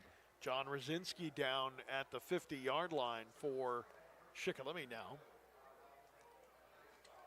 That'll give us an opportunity to take a quick peek at our Blaze Alexander Ford Built Ford Tough game of the week. And that one is the one being played at Danville now. And in our last update, it was Danville 41, Line Mountain 7 in the 3rd. I must have put the curse on Line Mountain by thinking it was going to be a close game. Sorry, Coach Mike Carson. And getting up and limping a little bit on the way is Rosinski. I don't know if it's an ankle or a knee or a cramp. Or all of the above. Trainers Mike and Faith are out there. Every time I saw Faith this week, and she said, "Did you get my name right?" And I said, Faith, Hope, and Charity. So I got it right. I had one of them. They'll reset the play clock, game clock, at 9:03 here in the second. Last year at Mifflin County, I couldn't remember her first names, but I knew it was Faith, Hope, or Charity. So. By the way, it's beach night here at Shikellamy Stadium. I see a floating ring being passed around in the student section tonight. A little chilly for beach night, though. Last week would have been a good beach night. Actually, it was beach night at Central Columbia last week. It's going to get colder, too. 51 tonight, Kevin. Yeah, but then the rest of the weekend, it's going to be steamy again. I know. 1st and 10 at the 43. Direct snap to Eichhorn. He will hand it off now to Schaefer. Schaefer gets back to the line of scrimmage and a late flag. This might be a late hit. Oh, no, a block in the back. I thought by the way that Eichhorn was clapping that somebody might have hit him late. That's going to be a 10-yard penalty, right, Kev? So it should be 2nd and 20 now. Ball right now at the 42-yard line. Spot of the foul was the 50. The 50. It's going to be marched off from the line of scrimmage, but the spot of the foul was the 47. I know you're not a fan of that, instead of the spot fouls. I'm not. It makes life a lot easier for people doing statistics. I agree with that part of it, but my thing is if you hold at 20 yards behind the field, behind the play. Should go back there. Well, if you hold 20 yards behind the play, you're actually benefiting by not giving up the sack. That's true. No, it's not going to happen a ton of times, but happens more in high school than it does at the other levels. Eichhorn with a handoff. He will give it to Schaefer. Goes nowhere. Might have lost a yard, and he did lose a yard to the 47-yard line. It'll be 2nd down and a bus ride. That was a massive humanity out there that time. That was a little counter play, and it looked like everything got blown up at the line of scrimmage. He had no place to go. Speaking of buses, Mifflin County originally was thinking about 4. I think they brought 3 officially. I see him out there parked. 2nd down and long. They'll call it 2nd and 25. And the low snap controlled by Eichhorn. Pressure's on. He's looking deep. He's got a man and makes the adjustment and makes the catch. Bowersox down the left side, and he'll get the completion down to the 12-yard line. Wow, did he get behind the Braves corner at that time, Kevin? That was at the 48-yard line of Mifflin County down to the 12. That's about a 40-yarder. 2 plus 38. I thought, oh no, it wasn't. It was back farther. That's right. It was 50 yards. My mistake. I forgot about the penalty. Brumbaugh getting up under his own power, but looks like he's holding his right hip or thigh a little bit. So Mifflin County again in the red zone, leading it 13-0 with 7:41 remaining here in the second quarter. And the ball at the Shikellamy 12-yard line. This offense for Mifflin County has been out on the field forever. Clock is winding now.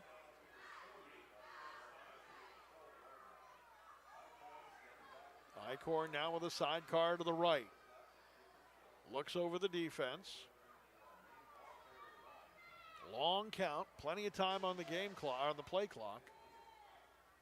Well, they're running it down. Yeah, they are definitely running it down. Shorten the game. And here comes the draw play, left side. Schaefer around the corner to the 5, and he is pounded out of bounds at the 4-yard line. Again, he was missed completely over there. 6 on that one. As he went, they did a nice job. They sealed the corner, and there was nobody out there. I think number 4 came up to try to make the tackle and went by him. So he picked up 8 yards on that one, Kevin. Well, he's getting up slow on the far sideline, but he got up with a little. Now he's walking okay under his own power, but did get a little help getting up. So he'll sit out for this play. That was his 200th yard, Kevin. Wow. All right, 1, 2, 3, 4, 5, 6, 7. He's got 28 rushes for 200 yards. My, oh my.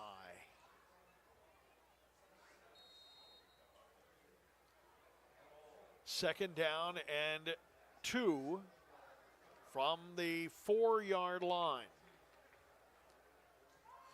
Shikellamy Braves football on the WKOK Sports YouTube channel, sponsored in part by Zimmerman, Chrysler, Dodge, Jeep, and Ram Truck. Eichhorn now with a sidecar to the left on this 2nd down and goal, or 2nd down and short. They'll hand it off this time to a different back for the first time tonight. That's actually going to be Maldonado. That's Maldonado's second carry of the year. I wonder why. Well, and now here's the finish. He was 1 carry for -3 coming in. Okay. Now he's 2 carries for -6. That is not the direction that you want to go, but I don't expect to see him much longer, as Schaefer, I'm sure, is going to be in this 3rd down and 5. This is the 11th play of the drive. Nope, it's going to be Maldonado again. Yeah. I would imagine that they're going to put the ball in the air here, Kev. 3rd down and 5, man in motion to the near side. And I think they had 2 guys in motion because I thought the running back moved as the receiver, Henry, was coming in motion. And that is going to be the delay of game against the Huskies. Oh, it's delay of game. Delay of game. Okay. I didn't realize that it was down to 1 second. I didn't think it was that far down either. It says 1 second on the clock, but so with 6:10 and counting here in the 3rd quarter, that'll bring up a 3rd down and 10. The good news is it's 3rd down and 10. The bad news is Schaefer's ready to come back in. Yeah. So now Schaefer to the sidecar is the sidecar right on Eichhorn.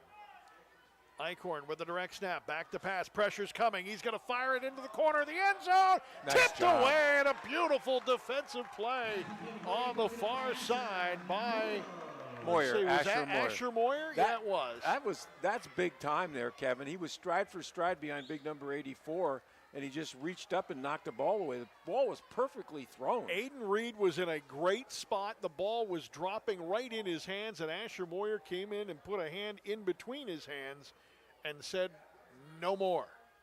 Going to have a field goal attempt here, Kevin. This one will be setting up at the 17-yard line. 27-yard attempt on the kick by Parks Gill. Snaps good, sets down. The kick is up, drifting to the left upright, and it is good. 26-yard attempt is good, or 27-yard attempt, I should say, is good. And that makes it 16-0. Still a 2-score game with Mifflin County leading it. Well, Kevin, that was a 12-play, all right, not quite 70-yard drive, all right, to get the field goal. And that was actually inside the 5-yard line, just like the Braves struggling to punch the ball into the end zone there in that drive. Mifflin County has to settle for 3. But what's more important is they took off more than half this 3rd quarter. There's 5:46 to go here in the 3rd quarter, and they've had the ball the entire time. Well, the Braves need to answer. They've got to answer. All right, if they don't, it's going to be another. If Mifflin County gets the ball, they're just going to ball control and hold on to it.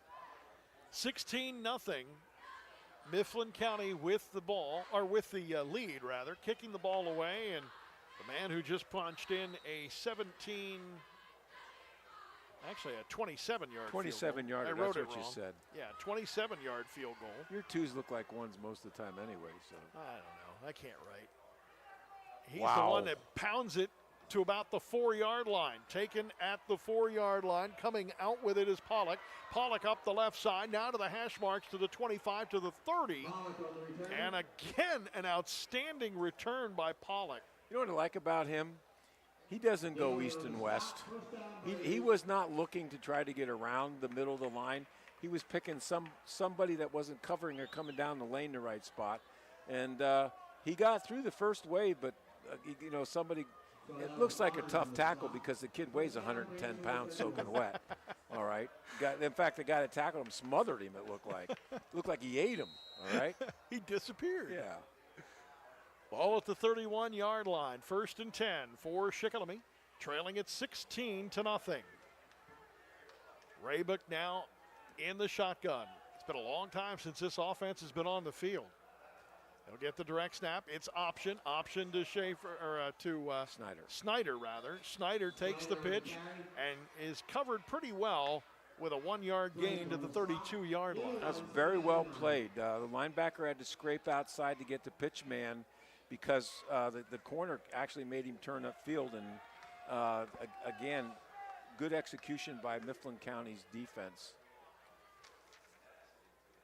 Raybuck now looking at the wristband as Coach Libby sends in the offensive play. 4 receivers here. Libby with a low snap, or make that Raybuck with a low snap. Sends it over to Moyer. Moyer makes a man miss. Moyer is going to get the first down and get a couple of yards as a bonus. You know, Asher Moyer is a big play athlete. That was nothing more than a 2-yard out. He reversed, got away from the first defender, and just used his body and speed to pick up the first down. 10 yards on the catch for the first down at the 43-yard line. Braves starting to move the ball here a little bit with under 5 remaining. 4:43, as a matter of fact, in the third quarter. Shotgun, and it's going to be Raybuck. Takes it himself. He made the wrong choice that time, Chief. He's going to have to run for anything he can get, and somehow got back to the line of scrimmage and a bonus 2 yards yes, he did. to the 45. Miles on the stop. I'll tell you, he looked like it was a read option sweep is what it was. And he either had the dive play, which was Snyder, or he took it himself on the sweep, and he took it himself on the sweep, but the defensive end was right there, and he outran him and stiff-armed him to the corner and ended up getting a couple of yards on what could have been a loss of about 8. Well, Brody's going to wrestle 215 this year, and I'm sure he weighs that right now, Kevin. All right, well, and plus he's got speed. He's just got tough, a stiff arm there, tough I'll tell you kid. that. Wow. Here comes Raybuck back to pass, and that one thrown at the feet of Moyer, and he was open. There was a little bit of pressure. Again, he threw off his back foot, which is always difficult, and that ball it's almost like he wanted to get rid of it, okay, when that happened. There's a little bit of pressure on that one. Yeah, there was. You are correct.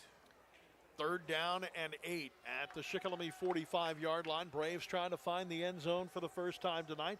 They've only had about 3 snaps in the red zone. Actually, it's about 5 snaps in the red zone, I should say. They kept going backwards, though. Short side of the field, moving right to left. 2 to the near side, 2 to the far side. Raybuck in the pistol. Back to pass, looking, pressure from behind. He got it away, but that ball might have been tipped just enough that it went to the right of Moyer, the intended receiver at the 45-yard line. It was behind him. You know, Asher was coming over the middle, and he was between. It looks like they were in cover 2, and looks like he was between the defenders. And again, that's the second time now I saw Brody try to get happy feet back there because of the pressure. So I'd have happy feet all the time, to be honest I think with so. I would. Moyer ready to boot the ball away from his own 31-yard line. Back deep is going to be Landon Haig. Pretty good snap. He'll get a line drive kick that hits at about the 35. Right by Haig at the 10. He might have touched it. He did. And he did have to land on it at the 8-yard line, and that's where Mifflin County will take over. And a very late flag at about the 40-yard line. I am really not sure what was going on, but it's definitely going to be extracurricular in activity-wise. Well, if it's against the Braves, that's a shame because, you know, that's going to, if it's a 15-yard penalty, that's going to move the ball out. It's against Mifflin County. Okay, well, then that's half the distance, all right, to the goal line from there. So it's a personal foul against Mifflin County, and the ball at the 8-yard line puts it back to the 4. 4:12 remaining in the third quarter. Mifflin County leading at 16-0. Still a 2-score game, but the Braves are going to have to convert on a pair of 2-point conversions as well after touchdowns. You know, when I remember what when Coach Joe Robsock and I had the JVs up at Bloomsburg, up in your neck of the woods. It was one of those games where it was 6-6, and you know, Coach Robsock kept saying, we need a big hit. We need a big hit, all right? Well, that's what the Braves need right here. Yeah. We need a big hit. We need a play that's gonna neutralize this offense, and we need a turnover here. That's well, what the they Braves have been need. really close to sacking Eichhorn, and he's going to set up with his feet in the newly painted end zone. But they're going to give it to Schaefer, and Schaefer will get to the 4, and that's going to be about it. He is met and stopped for no gain. Second down and 10 from the Mifflin County 4-yard line. Clock winding under 4 to go with make that 3:50 to be exact left here in the third quarter. Looking for that Shamokin Dam Health Center backbreaker play of the game tonight. Screen, draw. I know you're inside the 10, but you got to be conscious of the screen. You got to be conscious of the draw, and you got to be conscious of a quick pass here. But I think you're going to see Schaefer get the ball again, second down. Eichhorn in the shotgun sidecar left. He'll get the direct snap, hand it off now to Schaefer. Schaefer to the left side, to the 10, to the 15, to the 20, down the sidelines to the 30, 35, and raced out of bounds at about the 40-yard line. But a big run of 36. Happen? I mean, he's in the backfield. He takes a step after he gets the ball, and then he just gets around the end. The only way I can say it's happened is they're giving him a lot of blocking up front, and he can pick where he wants to go, and he's so good. And he's got such good speed. That's a 35-yard run, Kevin, from the 5-yard line. That is a big one and could be our Shamokin Dam Health Center backbreaker play of the game, because at that point the Braves had some thoughts of getting the ball back in on the Mifflin County side of the field. Eichhorn in the shotgun again. 3 receivers this time. Make that 2 receivers. Schaefer right up the middle. Picks up about 3 to the 43-yard line. Take a quick look at our Blaze Alexander Buick GMC Sunbury out-of-town scoreboard. Hamburg leading Warrior Run 14-7 right now. Selinsgrove 24, Juniata 8. That game in the third quarter. Jersey Shore now leading Lewisburg 25-0. That in the third quarter as well. Kevin, the Braves have had this ball exactly 1 minute and 10 seconds of this entire third quarter. And there's that's impressive. 2:29 to go here. And Schaefer met and dropped. Luke Snyder there on the tackle. Also getting some help there by number 41, Bryce Broombaugh. Kevin, do you think, that Luke Snyder has drawn a lot of attention, and there's, because... Well, let me tell you why. He had 13 tackles a week ago. Yeah. 13! He draws a lot of attention. In soccer, they'll mark a player and have somebody just stay with him all the time. You'll shadow a back or a quarterback, but that was probably the first time we've seen Luke get a clean hit. There's a draw play again to Schaefer, and Schaefer gets a couple of yards to the 46-yard line as somebody wrapped up his ankle there. So it'll be 4th down and about 4 at the 46-yard line.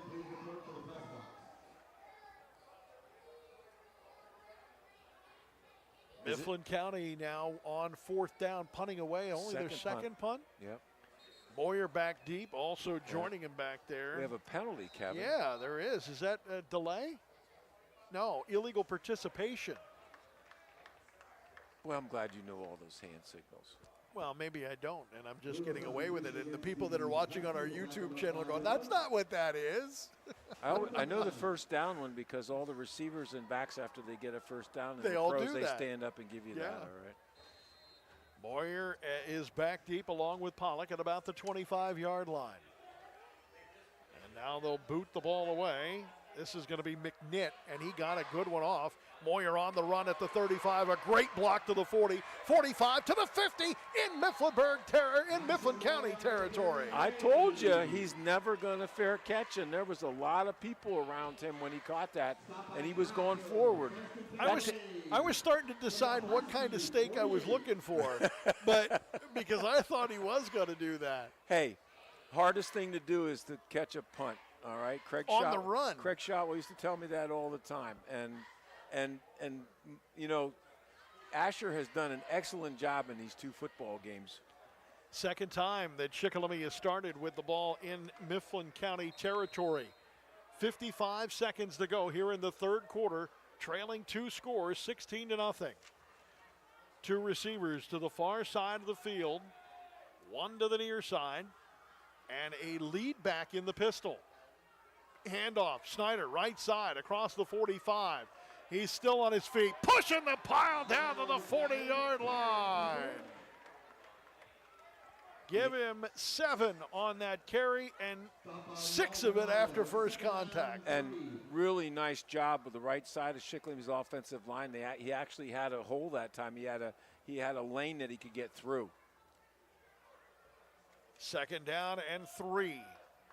And Raybuck is actually on the far side of the field. They're in a wildcat with Asher Moyer at quarterback.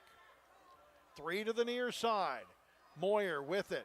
He goes left-handed, fires it over for Raybuck. Raybuck, did he push off? Did he catch it? There's no flag, and the signal is a catch for the first down at the 17-yard line. Well, you know, that's a left-handed quarterback in Asher Moyer, and he delivered a great pass. And Asher is 1 for 1. And Moyer comes in and takes his helmet off and gets looked at. I'm not quite sure what happened after that. 23-yard pass play, Kevin. Not exactly sure what happened after the pass play, but that will do it for the third quarter play. Braves are knocking on the door, but they trail it 16-0. This is Shikellamy Braves football on News Radio 1070 WKOK and on the WKOK Sports YouTube channel. This world is filled with breathtaking moments where every road is an invitation to adventure and new stories. Built for those who crave exploration, freedom of the open road, and above all, safety. Subaru will take you through the rugged mountains and everywhere in between, empowering you to experience the wonders of nature like never before. Whether you're a trailblazer or a weekend explorer, come and visit W&L Subaru, where we will help you discover the joy of driving and embrace your love of the great outdoors. When you shop at Wise, you now get rewards points for almost everything you buy. From coffee to croutons, seltzer to salad dressing, mustard to moose tracks. And all those points add up to big savings on food and fuel. Saving money? That's smart. Earning points every time you shop? That's Wise. Eat better, spend less. That's Wise. See wisemarkets.com for program details and exclusions.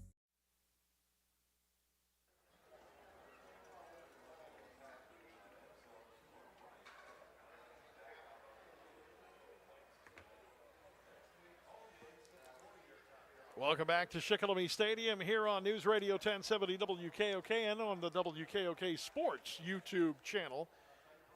After Asher Moyer's big pass play to Brody Raybuck, it is 1st and 10 inside the red zone at the 17-yard line.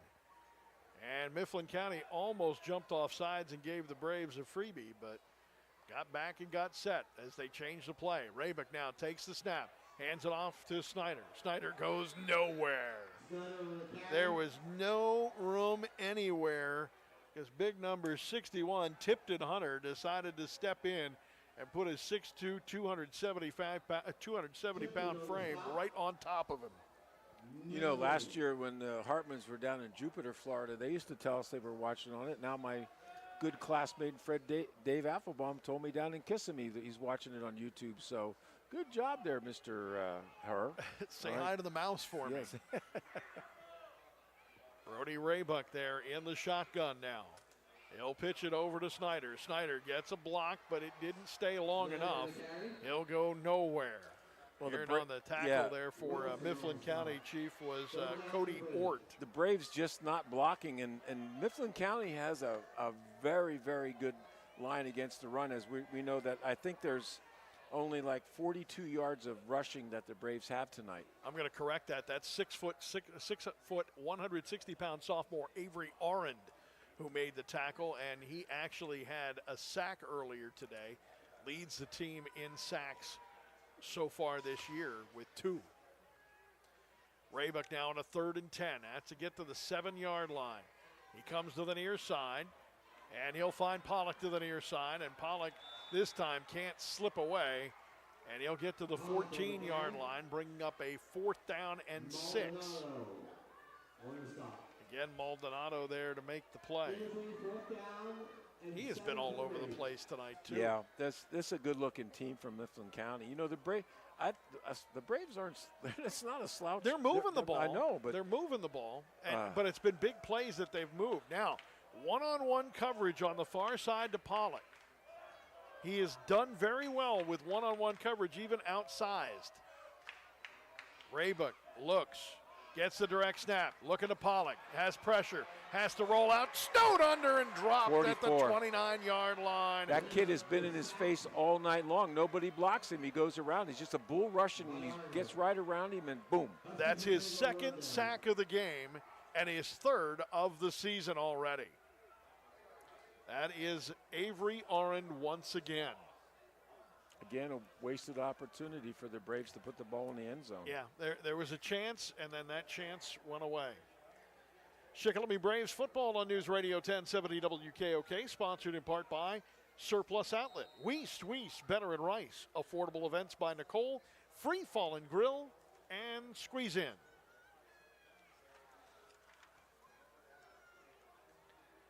Four receivers now for Eichhorn, leading at 16-0 as Mifflin County has the ball after the sack.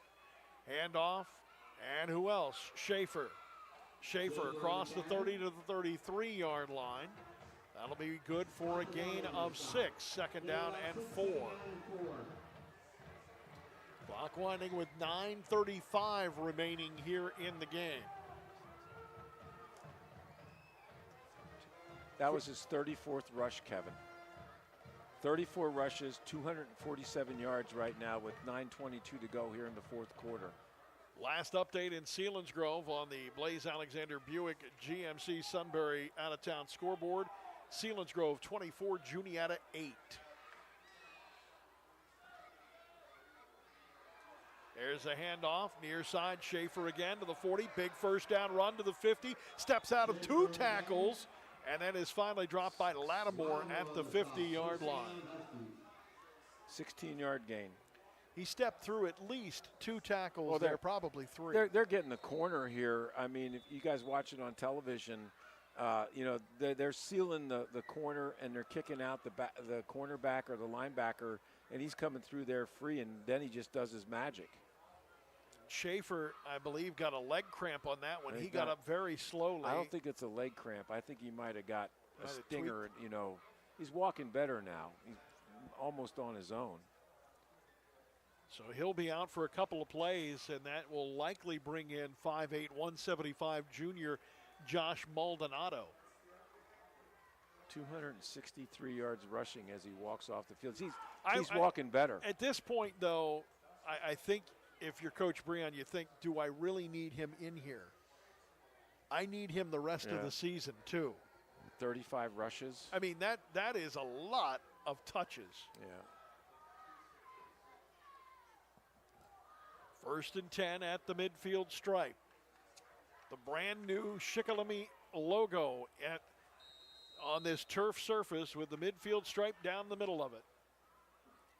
Eichhorn now with 2 receivers near side, moving right to left on the near hash. Shotgun, sidecar left. They're gonna run the clock down. 10 on the play clock. They'll get the direct snap. It'll go right side to Maldonado, and Maldonado with his first positive carry of the season, good enough for 5 yards, and now he's -1 on 3 carries. Kevin, that emblem is the original Shikellamy emblem from the merger back in '65, and that was designed by art teacher Michael Roush, who just passed away last year. It's beautiful. It's a nice looking logo in the middle. It is enormous. Yeah. It almost fills the entire soccer circle. Ginormous, we'll call it, right? Almost fills the entire soccer circle. And I understand it can't quite fill the circle.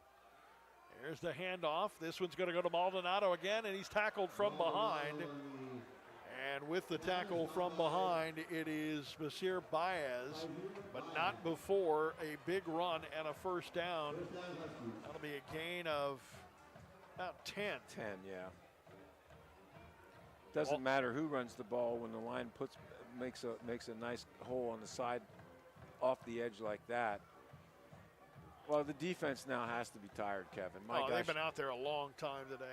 When your offense has the ball for a minute or two and you don't have that many touches anyway, so. Next week, the Braves will be in Shamokin at Kemp Memorial Stadium to take on Central Mountain. Get you an update on that score here in a moment. Handoff. This one is going to go to Maldonado once again, and he will get back to the original line of scrimmage, and that's it. Promised you an update on that Central Mountain game. That was a tight game there for a little while. Yeah, it was. Right now, last check at the half, it was Central Mountain 28, Bloomsburg 7. And now, I'm not saying anything negative to Bloomsburg, but it does make you wonder. Bloomsburg may have some struggles this year. They struggled in week 1 and now against Central Mountain, a team that got handled by this Mifflin County team. Right now, they're leading Shikellamy 16-0 with 6:37 and counting to go here in this one. Eichhorn now will take the direct snap. He'll hand it off, and it looks like Schaefer's back in. Yep, he'll be down to the 33-yard line, a gain of 4. Bring up 3rd down and 6, and we'll take this opportunity to pause 10 seconds for station identification. This is Shikellamy Braves football.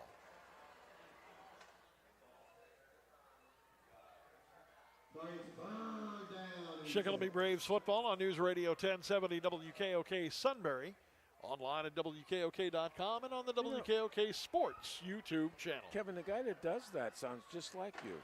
Isn't that amazing? It's amazing. 3rd down and 6.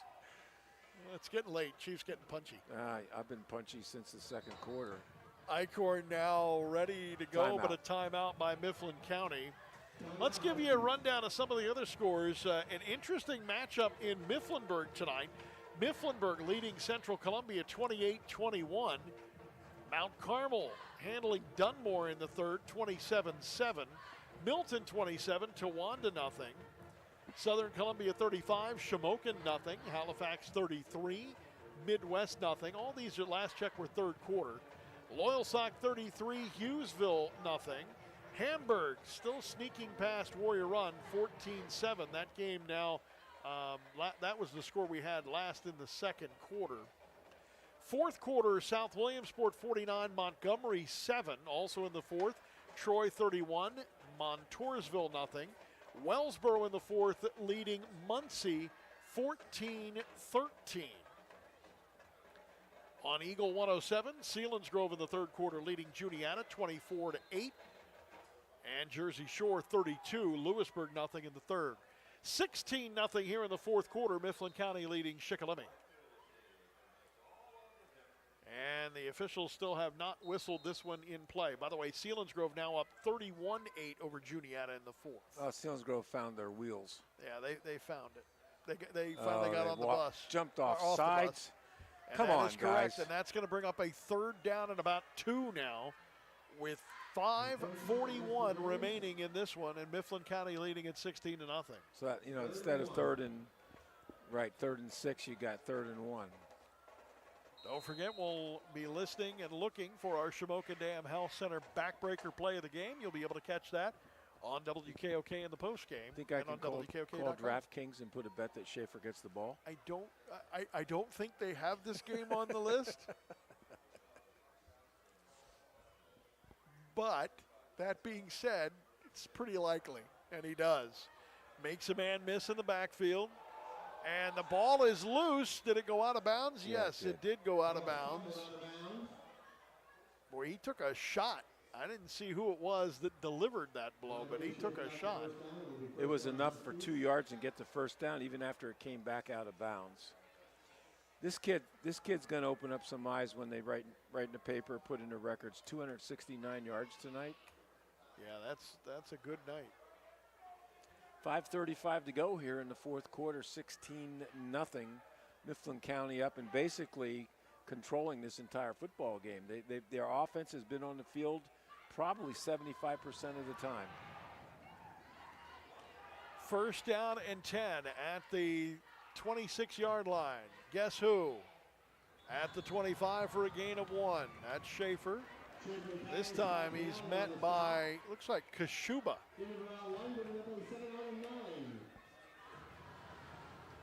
Not doing anything fancy with any of the handoffs. I mean, he's either, what do you call that? Boxcar right, boxcar left, boxcar Willie. I don't know which one it is. Shotgun with a sidecar. Yeah, but anyway, I mean, he takes the handoff and decides where he's going to go. Boxcar Willie? Don't you remember that? It was a Western. We're sounding more and more like Fransky and Larry Anderson every day. Who are you? You're Fransky, right? They're on the Phillies radio network on one of our sister stations, Eagle 107. Get you an update on that coming up shortly, too. Back to pass, looking in the end zone's got a man. It is caught for the touchdown by Jalen Bowersox. They went to the pass play, and Icorn fires it off from 33, or make that 25 yards out. Wow. Wow, indeed. And, the thing is that there was a defender there. He just didn't. Well, he's got, Bowersox has gotten behind the Braves secondary 2 times, and both times he's made great catches. Here comes the extra point. Last one was blocked. Does have a field goal here this evening for Parkskill. Standard soccer style, takes long strides over to the left. Here's the kick, and it is good. 8 plays, 72 yards, Kevin. 23-0. Mifflin County leading Shikellamy with 4:40 remaining in this one. So you really don't know who Boxcar Willie is? Yeah, I remember Boxcar Willie. Remember, he was one of those that he never had a career, but they did an infomercial on him, and everybody bought it. I could not tell you one of his songs, all right? It's like Slim Whitman, all right? Slim Whitman and Boxcar Willie. Was he really slim? I don't know, Kevin. I don't either. Mifflinburg 28, Central Columbia 21. That game in the fourth quarter. And our Blaze Alexander Ford Built Ford Tough Game of the Week. Danville 48 and Line Mountain 7. Last check of that one was late in the third quarter. Blaze Alexander Ford, where it's worth the drive to Route 45. Big lead for Central Mountain, 35-7. That's the next opponent for the Braves. Both teams look like they'll come in 1-1, both having lost to this Mifflin County team. 4:40 left in this football game. Braves need a little bit of something here to go into the week. It was a very exciting week last week after the big win. First time since 2017. Braves are not going to go 2-0 the way it looks, but need something to make things a little bit happier. Well, at the 8-yard line, again, it's Pollock right up the number, or right up the hash mark to the 25, and that's his shortest return of the night. But a little something positive would go a long way into next week's game. Or the Labor Day picnic they go to also. So there's a Labor Day picnic? Well, most people go have a picnic on Labor Day. You didn't invite me to your picnic. I noticed that. I don't have one. I have to work in the yard. That is a picnic right there. Yeah, it's a picnic, all right. Well, you can join me tomorrow if you want. We're going to go to Harrisonburg, Virginia. I don't think Doug would let me go along in the van, right? Oh, it's a lot of fun. You'd enjoy it. No, I have to be here tomorrow at 8 o'clock because I have a soccer game at 9:30. Well, JVs, and then the varsity plays afterwards, and then the girls play it too. Yeah. And then that will be the final games, I believe, on this field then for a while. Brody back to pass, fires it at the feet of his intended receiver, Elliott. Yeah, now Elliott was wide open, but the ball was thrown maybe 4 or 5 yards short. Kicked up enough of that black tire stuff when it hit the ground, so. It's literally, you never thought you'd say it, but on a turf field, it can be a cloud of dust. Cloud of tire stuff. I find it's a great use of recycled materials right there. You bet. Whoever invented that, don't think it was Tesla. He invents everything, but. Didn't he invent a car too? Yeah. Oh, wait, that's not Back to pass Raybuck. Raybuck fires a spiral downfield and overthrew his intended receiver Elliott at the 35, make that the 45-yard line. Yeah, he needed to, Elliott kind of stopped running. That will stop the clock now with 4:23 remaining here in this one.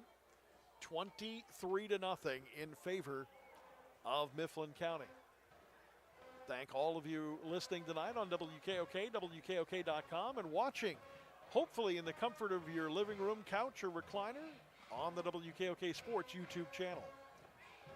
Shotgun, Raybuck gets the direct snap, nobody behind him, passes right down the middle of the field, and was that Probably Asher Moyer? Probably Asher Moyer. Got Looked like 9. him. Yeah. He grabs 9 on that pass play, and again, you know, Raybuck looking off looking off defenders. Asher's 2 yards away from having 100 yards receiving tonight, Kevin. Not a bad night. Not a bad night.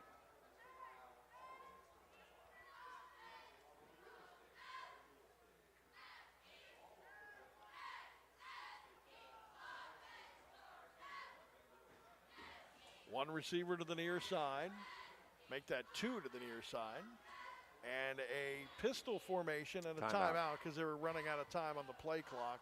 So with 3:33 remaining here in this one, Shikellamy will have their first timeout of the evening.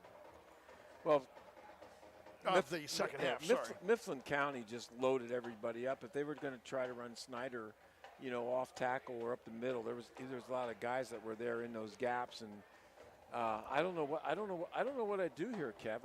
Like the Braves have once in a while have gotten Luke open and he picked up some yardage, but for the most part he's been stuffed at the line of scrimmage. And then of course, you know, he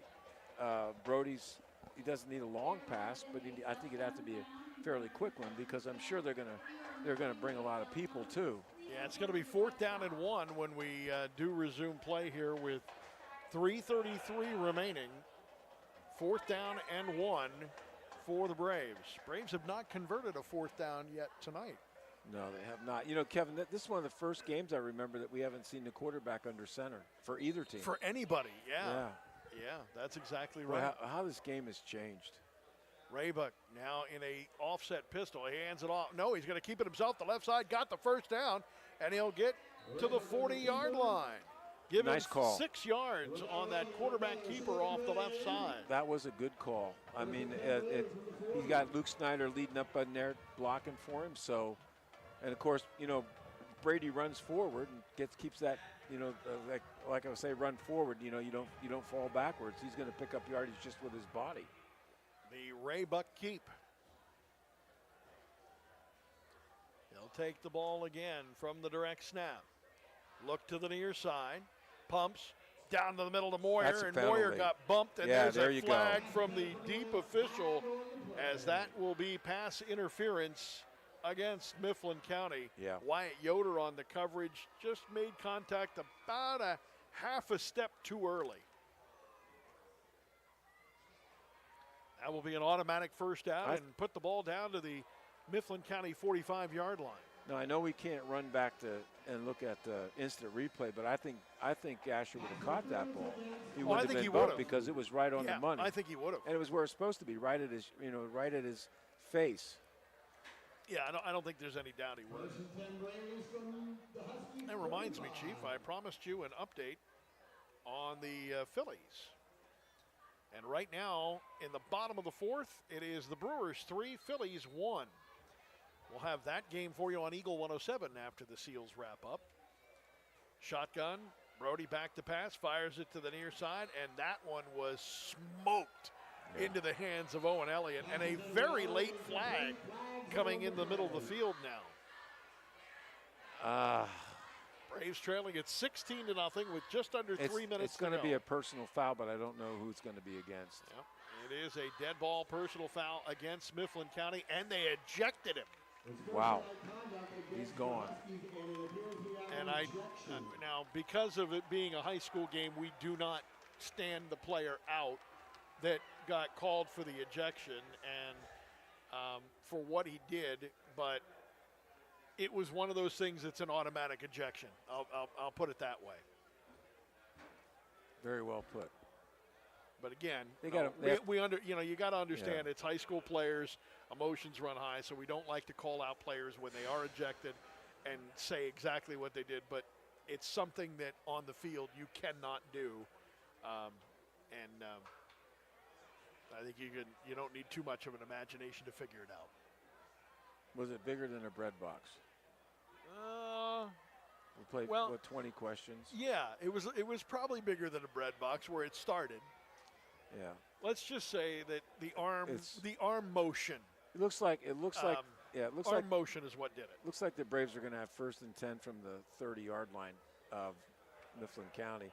Boy, it's taken a long time. I think they're talking to the kids that were involved in it. I think they're saying, listen, I think I think the back and forth might be continuing, even though the one player that was ejected had to walk off the field and go to the locker room. I have noticed a lot of banter all night long, but especially here in the fourth quarter after that last touchdown. And one of the Braves defensive backs almost got in a scuffle, and the referee came and got in his face right away, and they avoided that. Well, that's going to march it down to the 30-yard line of Mifflin County. So with under 3 remaining, Braves have a chance to take that round number off the scoreboard. That would be nice. Raybuck with a direct snap. He's going to run it. He has a lead blocker. He cuts it to the inside, now to the 20, to the 15, and he's bounced around and dropped at the 15-yard line. Good for a gain of 15. That's quarterback draw, wouldn't you think, if you're going to give it a... Well, that was all the way. Yeah. Because the lead blocker happened to be Luke Snyder. Ball at the 15-yard line. Another trip in the red zone for the Braves. They are 0 for 2 in red zone opportunities here this evening. Gets the direct snap. Hands it off Snyder. Snyder down to the 10-yard line. Pushes the pile to the 9. They'll give him the 10-yard line, but not the 9 because his forward progress was stopped after the gain of 5. Slowly start to unpile everybody with 2:18 and counting. He pushed the pile, and then the pile pushed back, all right? The pile retaliated. Luke Snyder scored twice on the ground in the second half last week against Central Columbia. Will get the ball again. Nope, it's going to be Raybuck left side. Raybuck puts his head down and gets the first down at the 5. Now it'll be interesting if we start to see the Raybuck dive. Well, they had success the first time they ran it. The second time they got smoked on it. But, this would be, you were talking about getting a positive out of this game. And a touchdown here goes a long way to make it next week better.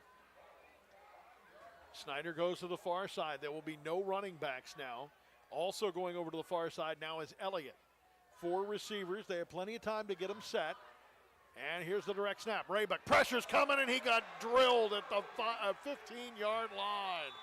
No opportunity to move whatsoever. They have to.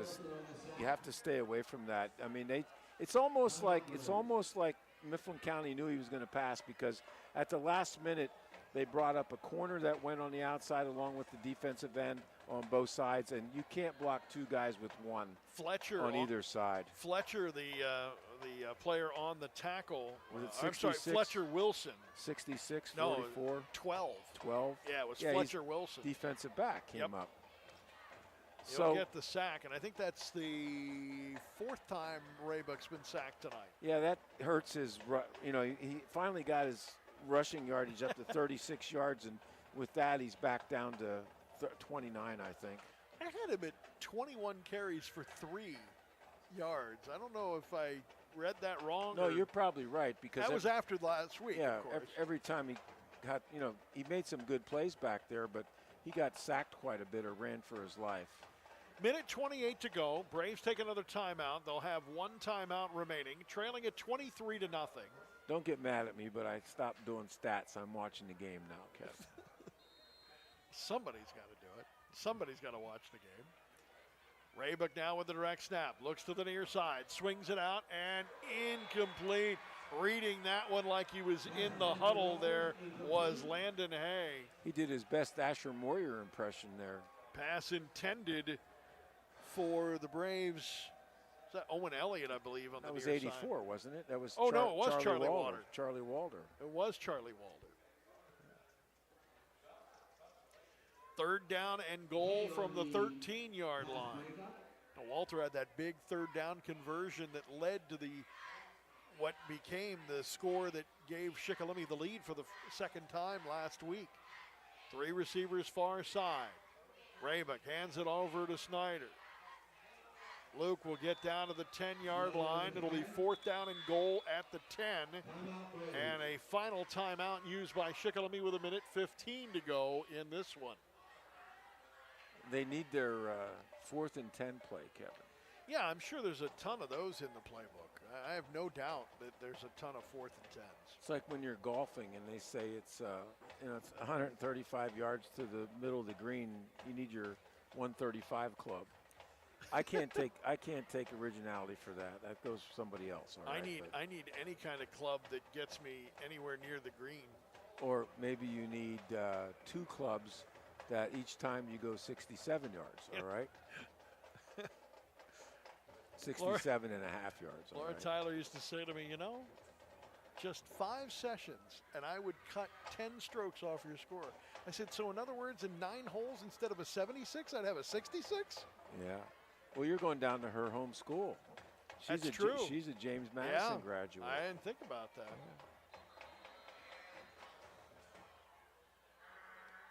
Braves now coming out with the play clock now stagnant, and they'll set it on the official, or roll it on the official, and there it goes.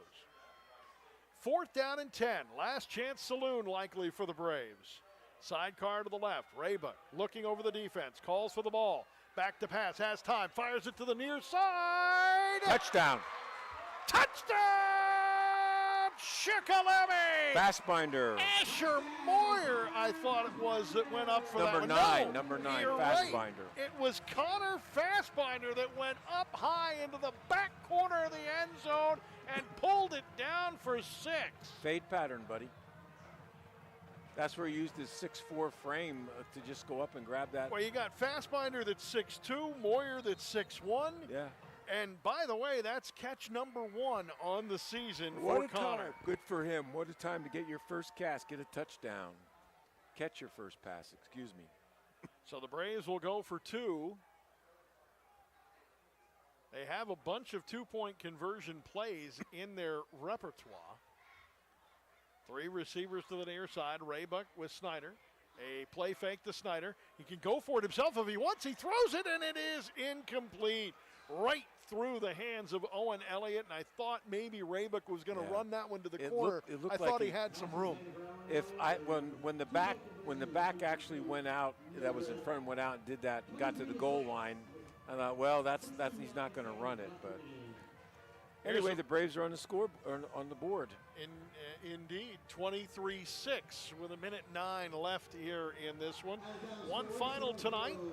Jersey Shore 53, Lewisburg nothing. Lewisburg now falling to 1-0 on the season. Jersey Shore now 1-1 on the season. Jersey Shore 2-0. More on the Blaze Alexander Buick GMC Truck Sunbury scoreboard. Halifax shutting out Midwest 40-0. Southern Columbia 41 and Shamokin nothing. That is a final. What was Troy, that? What was that score? Southern Columbia 41, Shamokin nothing. Okay.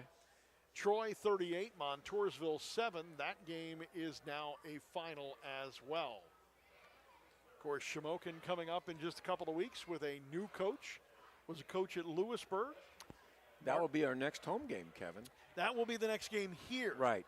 Yeah. I mean, home. True home game. Not home in Shamokin, but right. home here. The home away from home will be next week against Central Mountain. Then the Braves head up to the shore without a beach. And then we'll finally wrap things up in Shamokin again with the rally in the Valley against Selinsgrove. Connor's probably going to squib kick this one.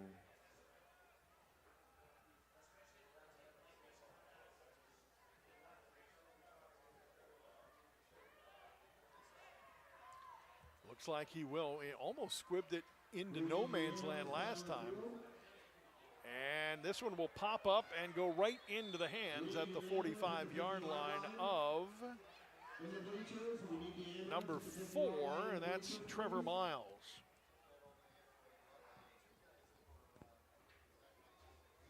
I think the Braves have. Do they have one timeout left, or did they use them all? I Let's believe look they on the used court. them all.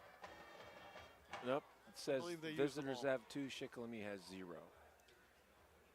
Sharik Flowers, our camera operator for tonight's game. Daniel Herod is our technical director, and our studio producer on the radio side, Caleb Long. Kevin Herr, along with the Chief Dave Ritchie, here in Sunbury at the opening of the new turf at Shikellamy Stadium. Unfortunately, it is not going to be the first W of the football season football on the turf, and now the Huskies will take a knee. Actually, they took a penalty.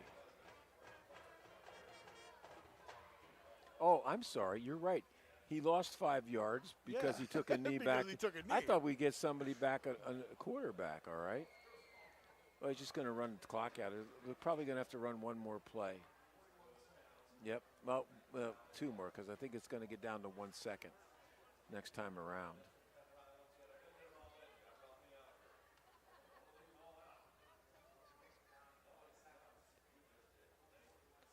And we'll run it down, and again, a knee taken by Eichhorn. And boy, that ball almost skidded right by him. And the clock will wind again.